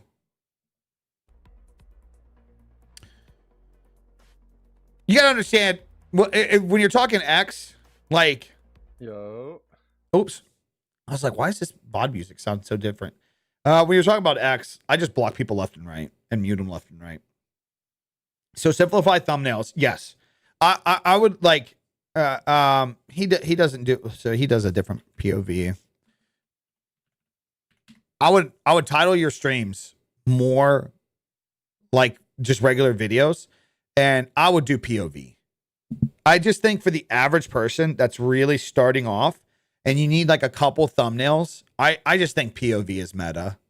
And what I mean by the POV is like this right here. Just point of view. Just hire somebody or like when I was doing RedSec content, I'm trying to think if I have those thumbs anywhere. When I was doing RedSec content, dude, I was just using POV. Let me see if I can't find, again, you'll figure out things when you learn how to talk to AI. The problem is a lot of people don't. Hey, prayers, brother, prayers. Best of luck. The problem is a lot of people don't inherently know how to talk to AI. That's actually the issue. Because I'll even show you, I feel like there's a insane rise of AI generated. Yeah, but if you knew how to talk to AI, you wouldn't be able to tell if the thumbnail was AI or not. That's what I'm trying to say. Whoa! Appreciate the 5 ski, brother. I mean, I don't need to review your shit. You're doing good. You're doing good. Fuck was I have to have a red sec thumbnail somewhere.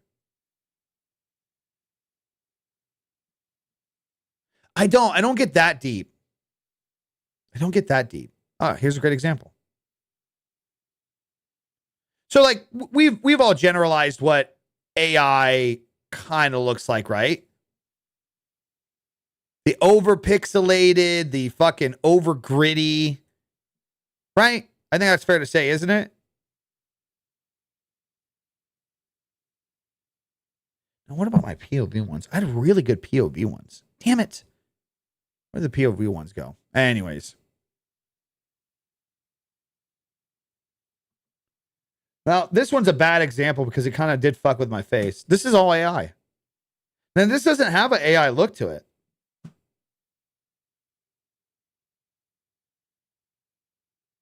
This doesn't have an AI look. I can understand taking an already captured screenshot and potentially heightening it, but I don't know why. What you're not allowed to using AI to compete in the industry? Why is that? Right, you should pay a designer who is going on the internet, taking reference images, sources, and putting an image together. You should pay a designer. No, they can't.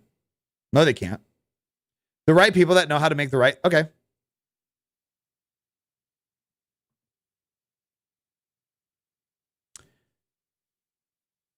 You can tell very well. Which of these thumbnails are AI?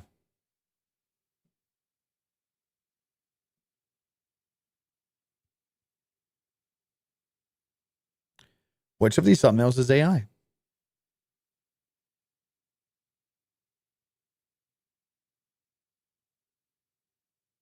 Again, if you know how, no, they're not. If you know how to use AI, nope, that's 100% me. That's 100% layering. I made that.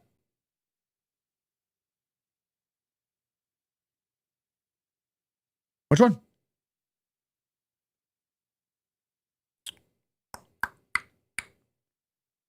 It's going to be super funny. It's going to be super funny. Nope. Nope, not the partner program one. Let me go here. Want to see another funny one? Which one of these thumbnails is AI? And it's the selfie one. Fun fact. All of these are. These are all AI.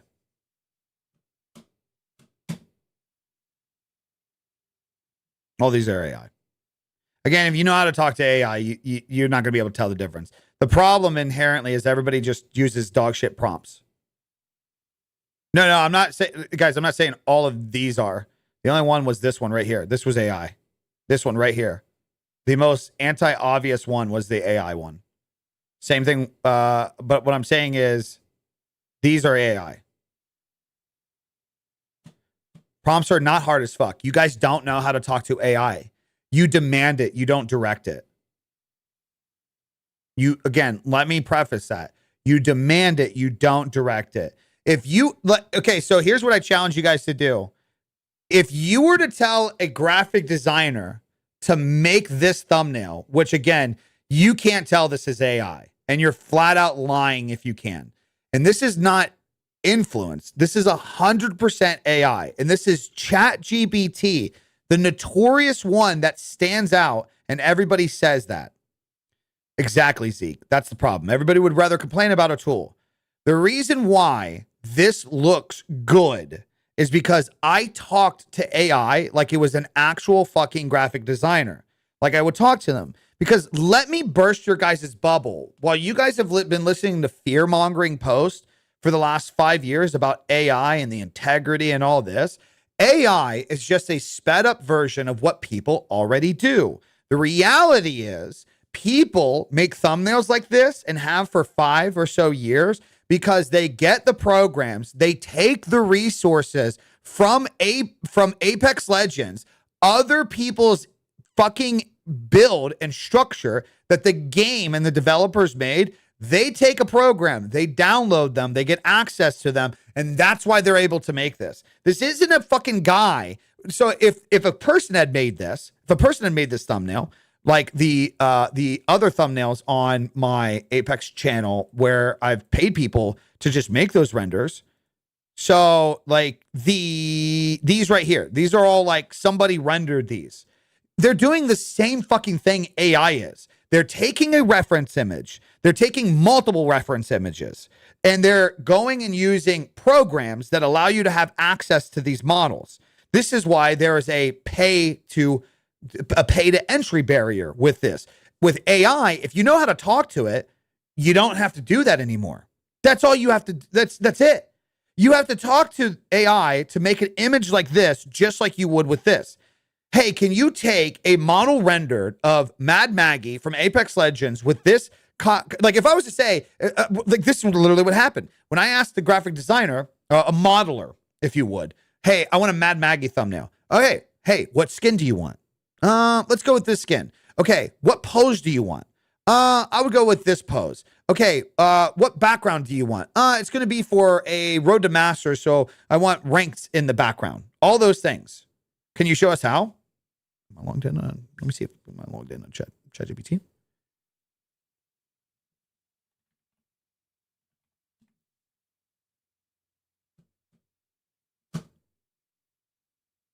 I am.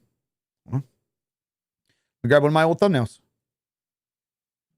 Also, too, this is where a lot of people are they get all bent out of shape. Let's see. Let's do I'm trying to do this. Well, no, wait. I probably shouldn't do this for the sake of the video. I'm trying to do better context at making sure people can consume this in audio format. How do I do this? Somebody asked if I could do this while I'm live to just show them how it's done. Here's how, I'll just explain how I would literally fucking do it. I would take my thumbnail, just like you would do with a graphic designer, by the way. So I want to caveat with this point because that's where people would be like, see, you're taking a reference of something and you're allowing, right, which is exactly what any graphic designer would do too. The number one thing a graphic designer asks when you say, I want to design is, do you have any references? Do you have any reference images?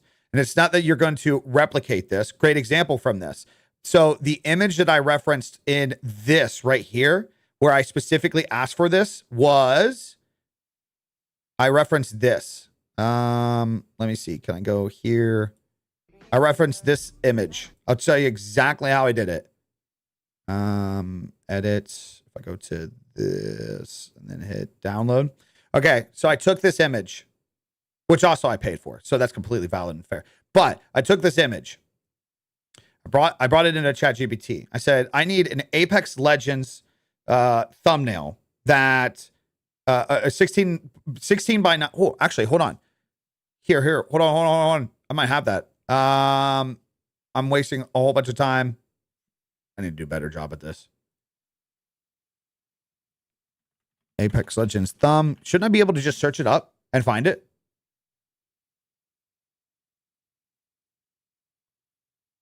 That's a bad one.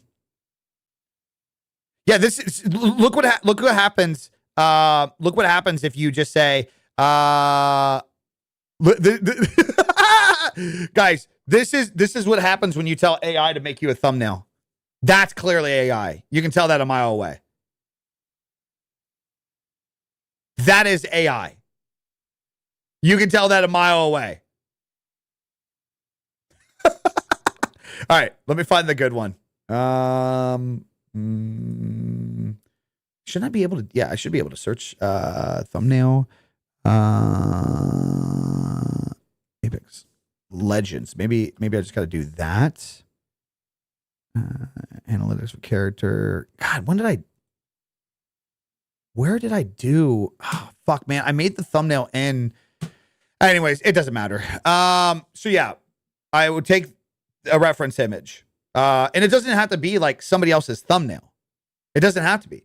You can go to Apex Legends, or you can go to Google and search in Mad Maggie.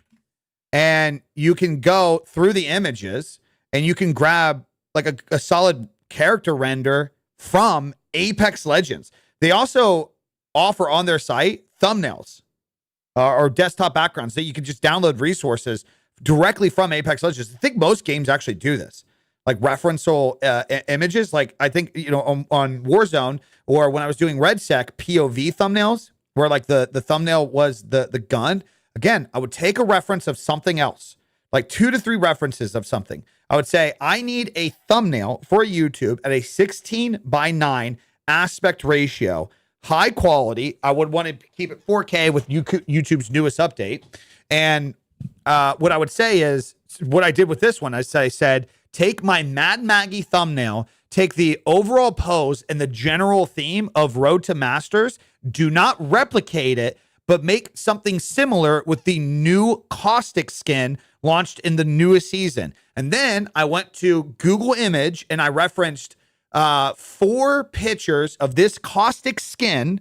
I put in detail, make sure not to mess up the Apex Legends badge in the background. And I said specifically, do not make this thumbnail like a general, don't make this thumbnail look like a general ChatGPT thumbnail where everything is over sharpened and over pixelated. Blur the background a little bit, have the character pop out from the background, and take your time in processing it.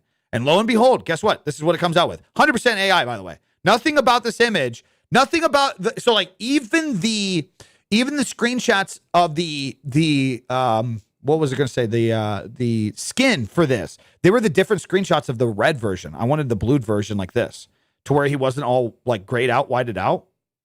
So this is what it came up with. This is 100%. Guys, this is not like I asked for it to have a render and I made the background. This is, I went into ChatGPT with the prompt with 5 to 6 images. This is what it made me.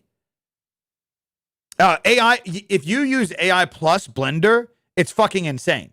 If you download Blender and get access to all these things that I'm talking about, anybody has access to this, by the way. Blender's free, is it not? You can essentially go to any game that exists and you can get the resources from the company, create the render of the style that you want, put it into ChatGPT and say, Blender's 100% free. There you go. Put it into ChatGPT and then you can have everything built around it. No more Photoshopping. No more Photoshopping. And then, like, while we're talking about AI, can we talk about from the business aspect? Guys, so many people say, well, that's not fair. That's not fair. You used to pay a designer $30 to do this. And now, like, you just cut his potential pay because you can do it. One, welcome to fucking business, dude. Welcome to the fucking world. There's a great quote. Everything's hard. Get over it. That's the quote. Yeah, that happens. Guess what? So you can live in the box and be like, oh, boo-hoo. Yeah, how dare you? Or you could be a smart graphic designer. If I was a graphic designer, I would no longer, dude, and I've thought about this too.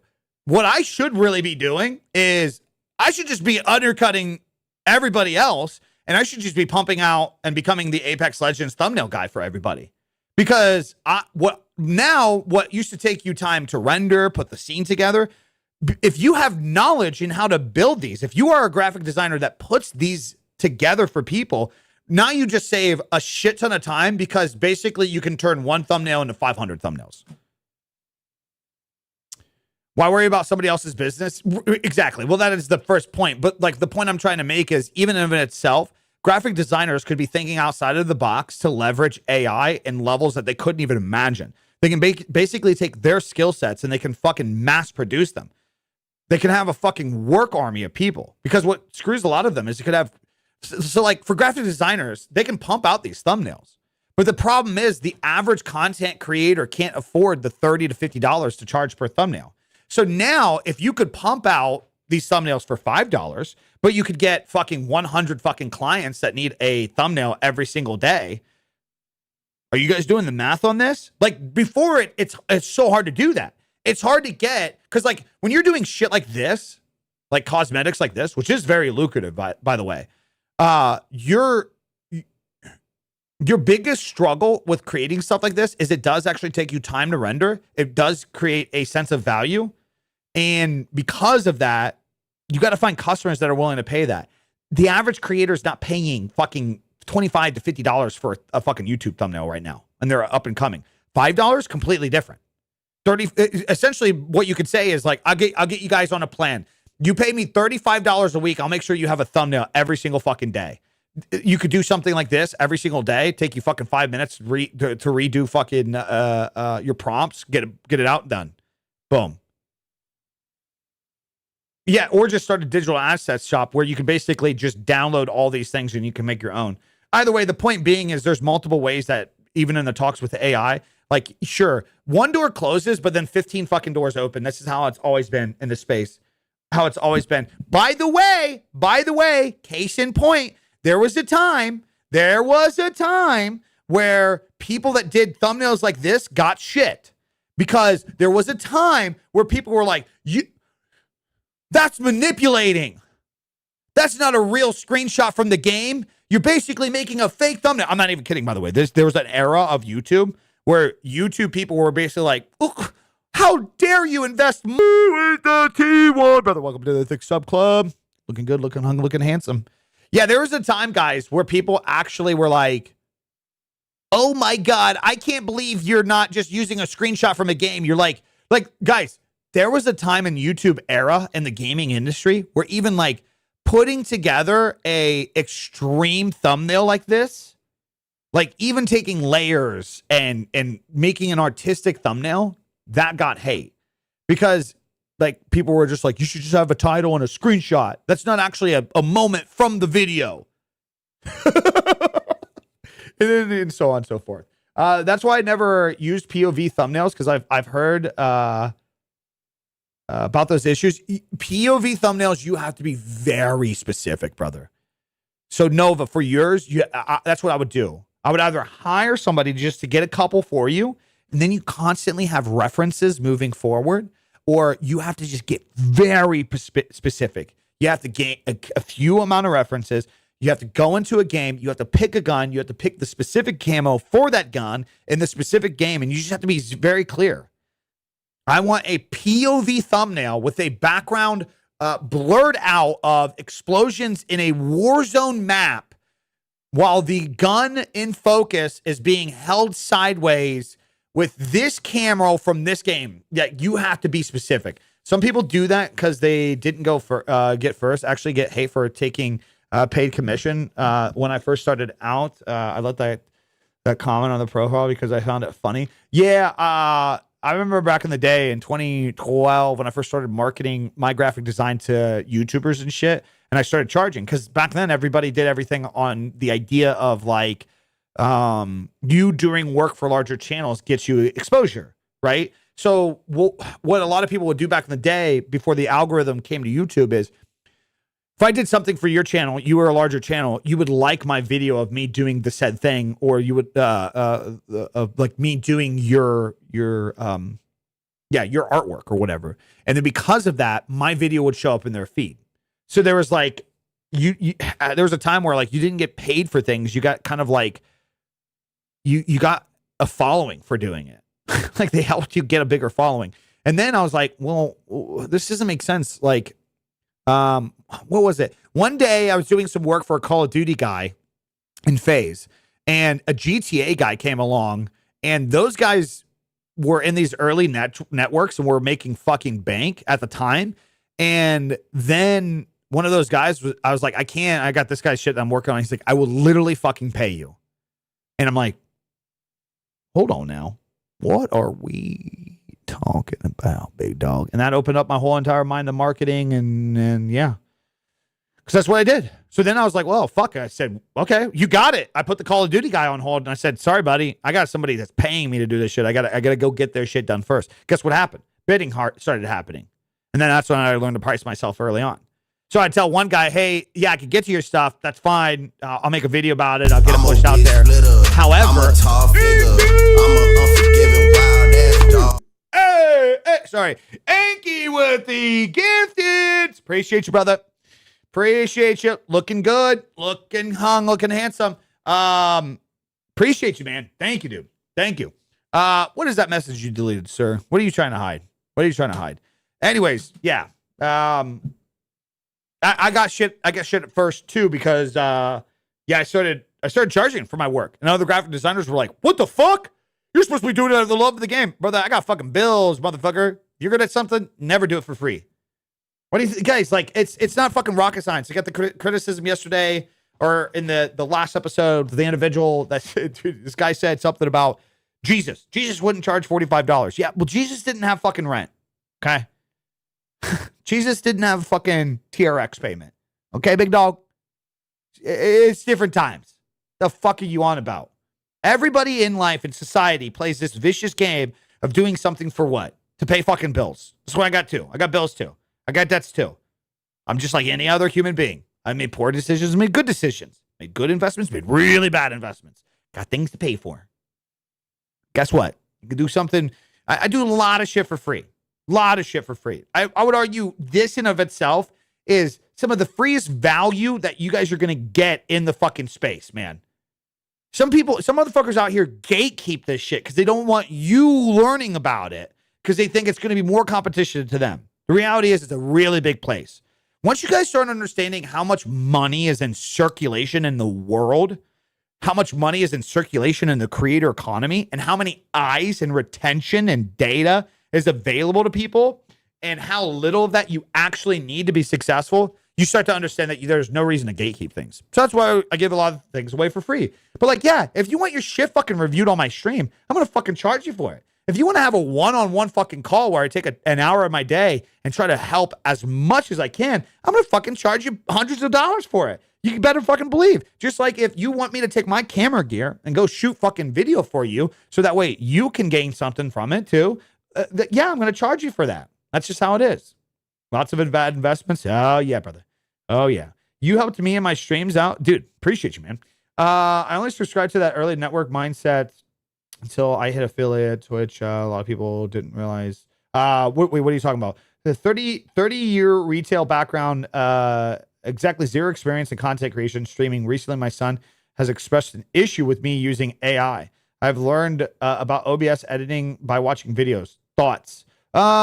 It's just it's doomsday, people. I seen a great quote today. How did Roberto Blake put this? I think this just answers it so well. I also need to do a better job at that. Like, I kind of mumbled through his question, assuming other people could read the question, but people listening to this VOD or on Spotify later are not going to get that. So 30-year retail background, exactly zero experience in content creation, streaming. Recently, my son has expressed issues with me using AI. I've learned about OBS editing by watching videos. Thoughts? Okay, now that I've said that, dude, AI, there's nothing wrong with AI. Here's the world we live in right now. Roberto Blake put it so elegantly. I want more data centers. I want more nuclear power plants. I want more water desalination plants. I want more high-speed transport. I want automated warehouses. I want more 3D printing. I'll go ahead and say I want more AI. I want better AI. And the overall point is this. I want an abundant, advanced, high-trust society no longer stifled by doomerism and cowardice is I don't even know the other fucking word that he just put. The point being is a lot of AI talk is doomerism. It's fucking doomerism. It is boring people that have nothing to actually provide to society want something to bitch about. That is the reality of AI. Is there bad in AI? Absolutely. Is it perfect? Not by any means. Not by any means. But this idea that AI is so bad in that, I don't know, people in society haven't been just as inherently bad for fucking generations is hilarious. Hilarious. The sheer fact that we try to have a conversation where you should feel bothered by using AI to help you out while the people having a conversation about that, right? I'm sorry, no, I don't want my music to be used by AI. Right, you're doing doomerism. You're using one extreme point out of a plethora of options of AI, and you're chalking AI as bad. It would be the essential of saying, well, all human beings are bad because some human beings kill. All human beings are bad because some human beings break laws. But if you actually slow down and use your fucking head for a second, that's not the reality of what we live in. AI can be bad. Is all AI bad? Not by any means. Does AI do anything worse than what humans do? Does AI do anything worse than what humans do? Humans copy music all the time. Humans steal music.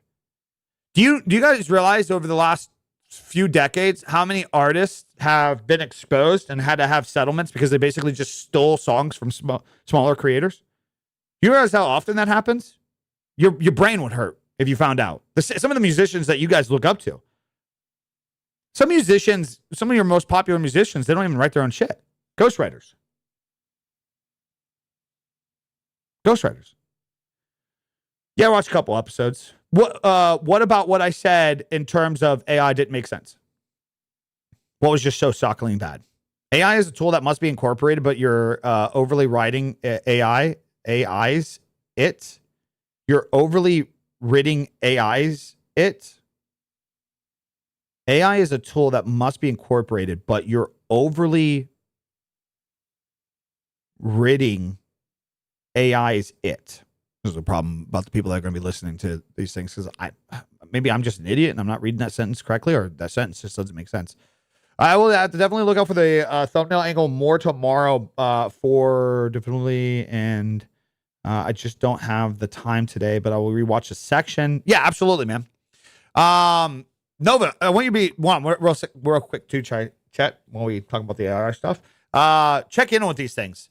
I think you fix those couple things. Fix these thumbnails, make them look less AI, so you stop getting hate from individuals like this. Just use AI. Use AI. Just take more time to make them so they look less AI, and people won't have any idea of the difference. That is the reality of society. You'll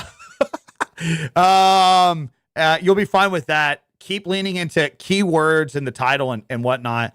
And yeah, it's not that, like, don't advertise the idea of your profits and shit, but or your charities and nonprofits. Just don't make them the entire stream. Believe it or not, a lot of human beings are kind of selfish and self-centered. They want what they're going after, and like the idea that you're giving away money is a kind of like the cherry on top. If I wanted to start streaming for the first time, would YouTube be a good platform? Yeah, it would be, for sure. Do you normally talk like this to people, like with hate and anger? I can't stick around by it. That's fine. If you literally can't handle somebody having a conversation with you because somebody counters what you say, that's fine. That's fine. This isn't a daycare. This isn't a daycare, Jolly. I didn't know if you were like a large creator or something and you just felt like you had a reason to think the world revolves around you or something. That's usually just inherently what happens when individuals think the world revolves around them. Listen, you made one comment about music. I agreed with your comment. And then I gave reasons around how human beings are also not perfect. And then you got upset about it because I didn't agree with you 100%. You want to knock off AI as doom and gloom. You are doomerism. You create negativity in the ecosystem, and which is in of itself why people dislike things, because they listen to fucking idiots like you on the internet. That's like, oh no, man, I just want all my music, even though half my music is made by somebody else. That's true, by the way. That's not fallacy. That's not false. Half your greatest hits that you listen to, somebody else, especially if you're into pop and hip hop, specifically if you're into pop and hip hop, half of those guys and gals do not write their own songs. Somebody else writes their music for them. So inherently I ask, okay, yeah, you don't want your music being made by AI, but at what level? Do you not like that a human was not behind it? Or do you just not like the idea that the person didn't passionately put that song together? Because I can get by one of them. I can't get by both of them. Because if it's this idea that you're like, oh, I just got to discredit all AI because a person didn't passionately write that song. Well, guess what? I got some news for you. Blake, yeah, I just started one. It's on my website, biggie.co. So if you miss this stream will be available over there. Guys, is that not hard to understand when it comes to AI? Is that not hard to understand? It's like this is in of itself our society. This is doomerism. Motherfuckers will really complain and bitch about AI and how it disconnects from human connectivity while they're talking on their iPhone. And then you would say, well, what's that got to do with anything? Your iPhone is being marked up like 800% of its value. So you're getting scammed to make somebody else's fucking, to make insane profit. They don't have to make that much. They genuinely don't have to be that profitable. But that's what you've agreed to. That's the terms and conditions you've agreed to have that iPhone. You're willingly able to play ball. The fucking tennis shoes that you paid $100 for, they cost cents. You're willingly able to play ball. The production of those, by the way, are so cheap because the companies go to parts of the world where they take advantage of human and child labor and pay people fractions of a cent to the hundreds of dollars they're going to make. So it's okay as a society when human interaction is disconnected to get your iPhone, your marketing, your fucking Starbucks cup, your fucking your McDonald's. It's okay to get your consumerism shit. That's okay to turn away human connection. Fundamental levels, it's okay to shit on another person and just be like, we don't really care. It's okay when it involves your stupid fucking products. But when it comes to the originality of a YouTube thumbnail or fucking some brain dead fucking music where it's just some dude talking about clapping cheeks for 30 fucking seconds, that's where you're like, you draw the line. Nope, can't have that. Dumb. There's no argument there. There's just no argument. If you say that you don't trust AI, that's valid. If you say that, man, sometimes AI is dog shit, that's valid.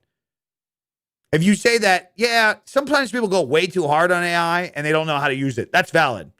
AI bad? Ooh, because of, it's just not. That's not valid. This is not valid. I had a guy come to my chat today. He used ChatGPT saying my game latency was my ping, not server latency, considering I was playing in NA servers. As an artist, you need to heavily build on your own aesthetic to use AI to speed up the process. Bingo. You got to have some kind of background.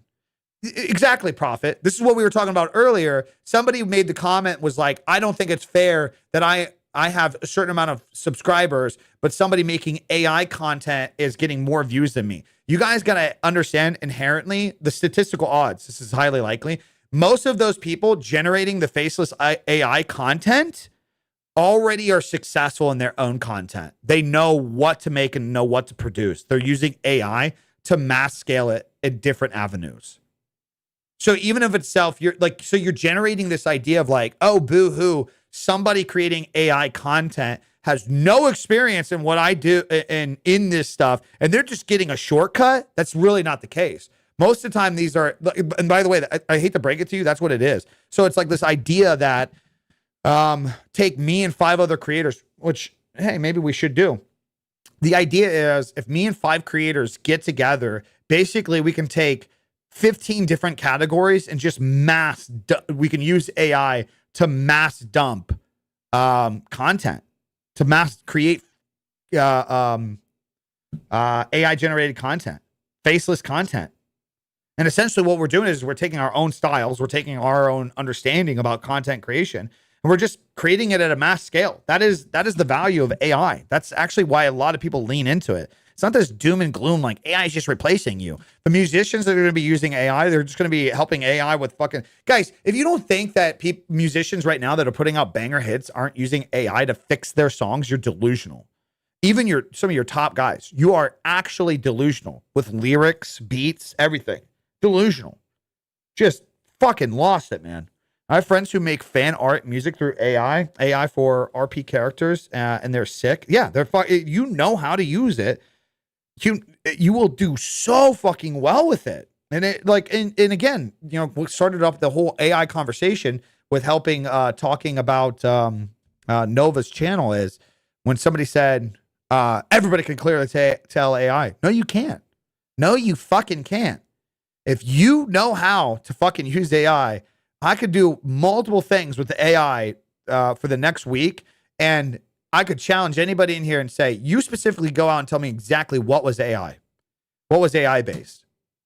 Case in point, is this stream real right now? Is this AI? It is. It's not actually AI. I'm a real human being. I'll hold a spoon up so that way you know I'm not some fucking catfish. This whole entire AI today, or this whole entire stream, was put together by AI. Oh, man. Boy, did that just blow your mind.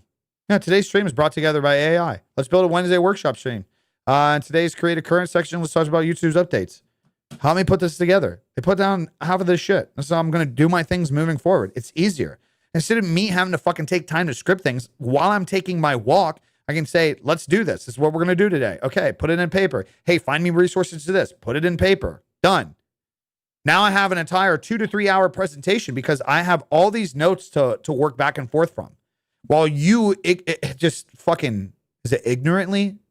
Arrogantly. Again, arrogantly would be the better word. Stubbornly push back on it and don't use it as tools. Silly, goofy.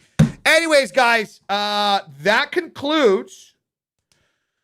Hold on. As an artist, what makes me upset is everyone requires you to do a time lapse to prove your art is not AI. Yeah, I'm not taking a video of me doing art to appease you. Yeah, that's very true. Yeah, and what I would do for you, Fion, is like I mentioned earlier when we were talking about utilizing AI as a graphic designer.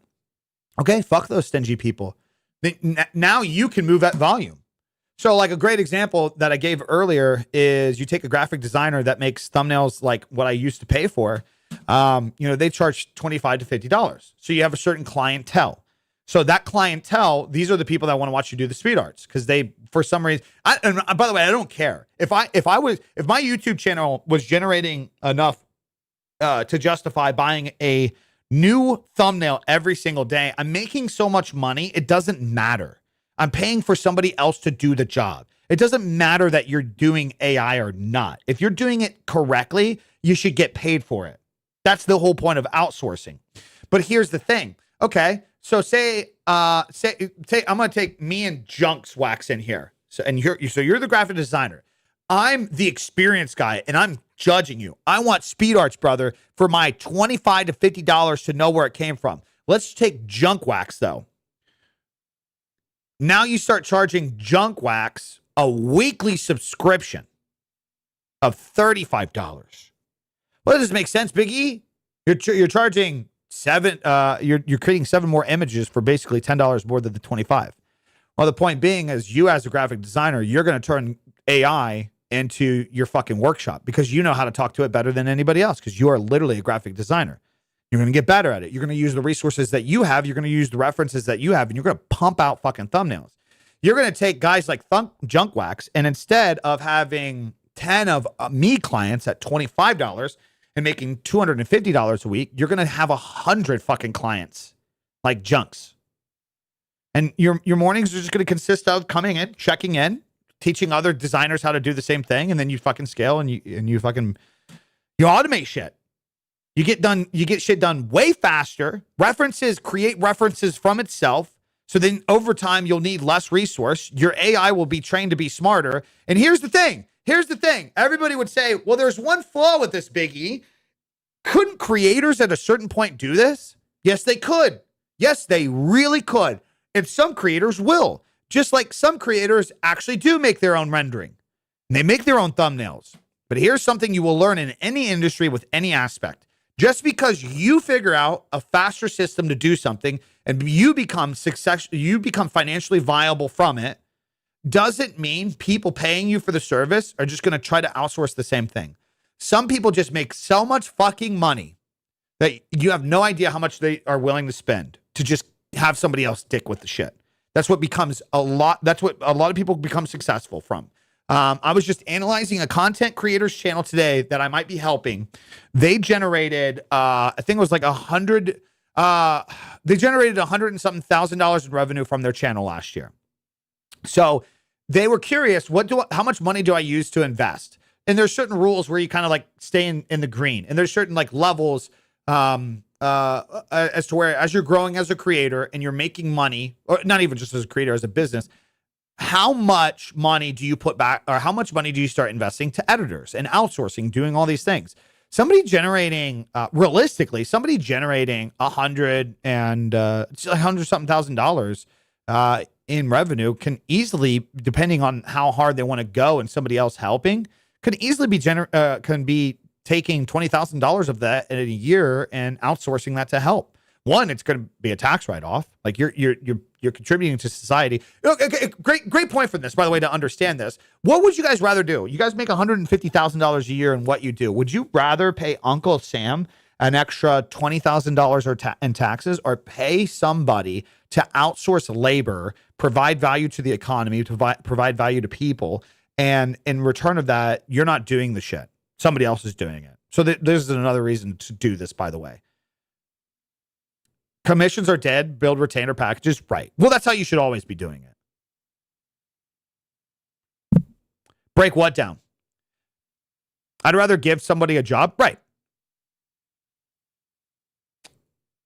You're spitting gaming, you don't get it? Okay, last year I generated a few $100,000. I owed $50,000 to the IRS. Okay. The reason why it was only $50,000. Did you hear what I just said there? The reason why it was only $50,000 and it wasn't astronomically more was because I paid a whole bunch of editors and designers and shit last year. So it's like, you're going to pay it to somebody. Like, that's the reality of this system that we live in, guys. You're going to pay it to somebody. That's how this all works. You want to get better at these things? You want to make more money? You want to have the dream life? You're going to make more money, and then somebody's going to take more money. And then when you hit those different scales and different levels, that's how you look at it. Do you want to pay the IRS, or do you want to pay for resources? Biggie, why do you pay for the TRX? Biggie, why do you pay for the camera? Would I rather have a fucking $16,000 a year write-off, or would I rather just donate $16,000 of my money to the IRS? IRS payments hit really fucking hard, brother. Really fucking hard. And there's no overlap. They don't fucking care. Like, great example, this year, I had a really good year last year. This year I took risk. I'm not making as much compared to last year, but I don't want to confine myself to last year's earnings. Having a Gamba sponsorship and only streaming on Kick. Yeah, it was very lucrative. It's not what I want to do anymore. IRS doesn't give a fuck, brother. IRS doesn't fucking care. Are those all business expenses at the end of the year? Yeah. It's all fucking business expense. Everything that I do, this microphone I buy, the entire office setup is a business expense. Why is your office extravagant? I'd rather spend $10,000 in an office instead of donating it to fucking Uncle Tom, which is most likely just going to fucking go to some fucking yapper person just living off the government anyway. So yeah, I'll contribute to society and waste money fucking buying the things that I want. I'm almost 30 and still have some financial illiteracy. Do you just need an LLC for content? It's not necessary. You can just be a sole proprietor. But if you do, having an LLC and the way that you build things, you can protect yourself. My biggest reason why I got an LLC was because I started doing the skits, and somebody suggested that I should get an LLC to save my ass if a company like Call of Duty or Twitch wanted to come down on me. I mean, LLC doesn't really help with contracts. I mean, it's an organization thing. Guys, I didn't have an LLC for 6 years. I didn't have an LLC for 6 years. The first 6 years of me doing this, I generated over six figures before I had an LLC. It's not like you need it for brand deals. You need it for this or that. It's it's a suggested thing. It does have its benefits. Yeah. One favor, delete those pics of my setup before you slam me in a skit. No, I got you, brother. Hey, I appreciate you joining in. Check back in with us. Let us know how those live streams are going. Anyways, guys, I feel like we knocked out today's episode. I feel like we knocked it out. If you guys missed it, this video is going to be live on YouTube. Let me know if I did better today in comparison of compared to the last one. Everything is on my website, guys. Products to anything that I use. Finding me anywhere. These videos are going to be available on Spotify moving forward, so you can follow me over there. They're also available on YouTube in the live section as well. Guys, at the end of the day, what's the motto? Nothing works unless you do. Let's get out to creating, gentlemen. Let's get out to creating. Thank you guys for another episode. Like, comment, subscribe, share, turn everything on. I will see you guys in the next one, probably Friday. Free Game Friday. Where it'll just be a live Q&A. Appreciate y'all. Bye. Love you. Bye.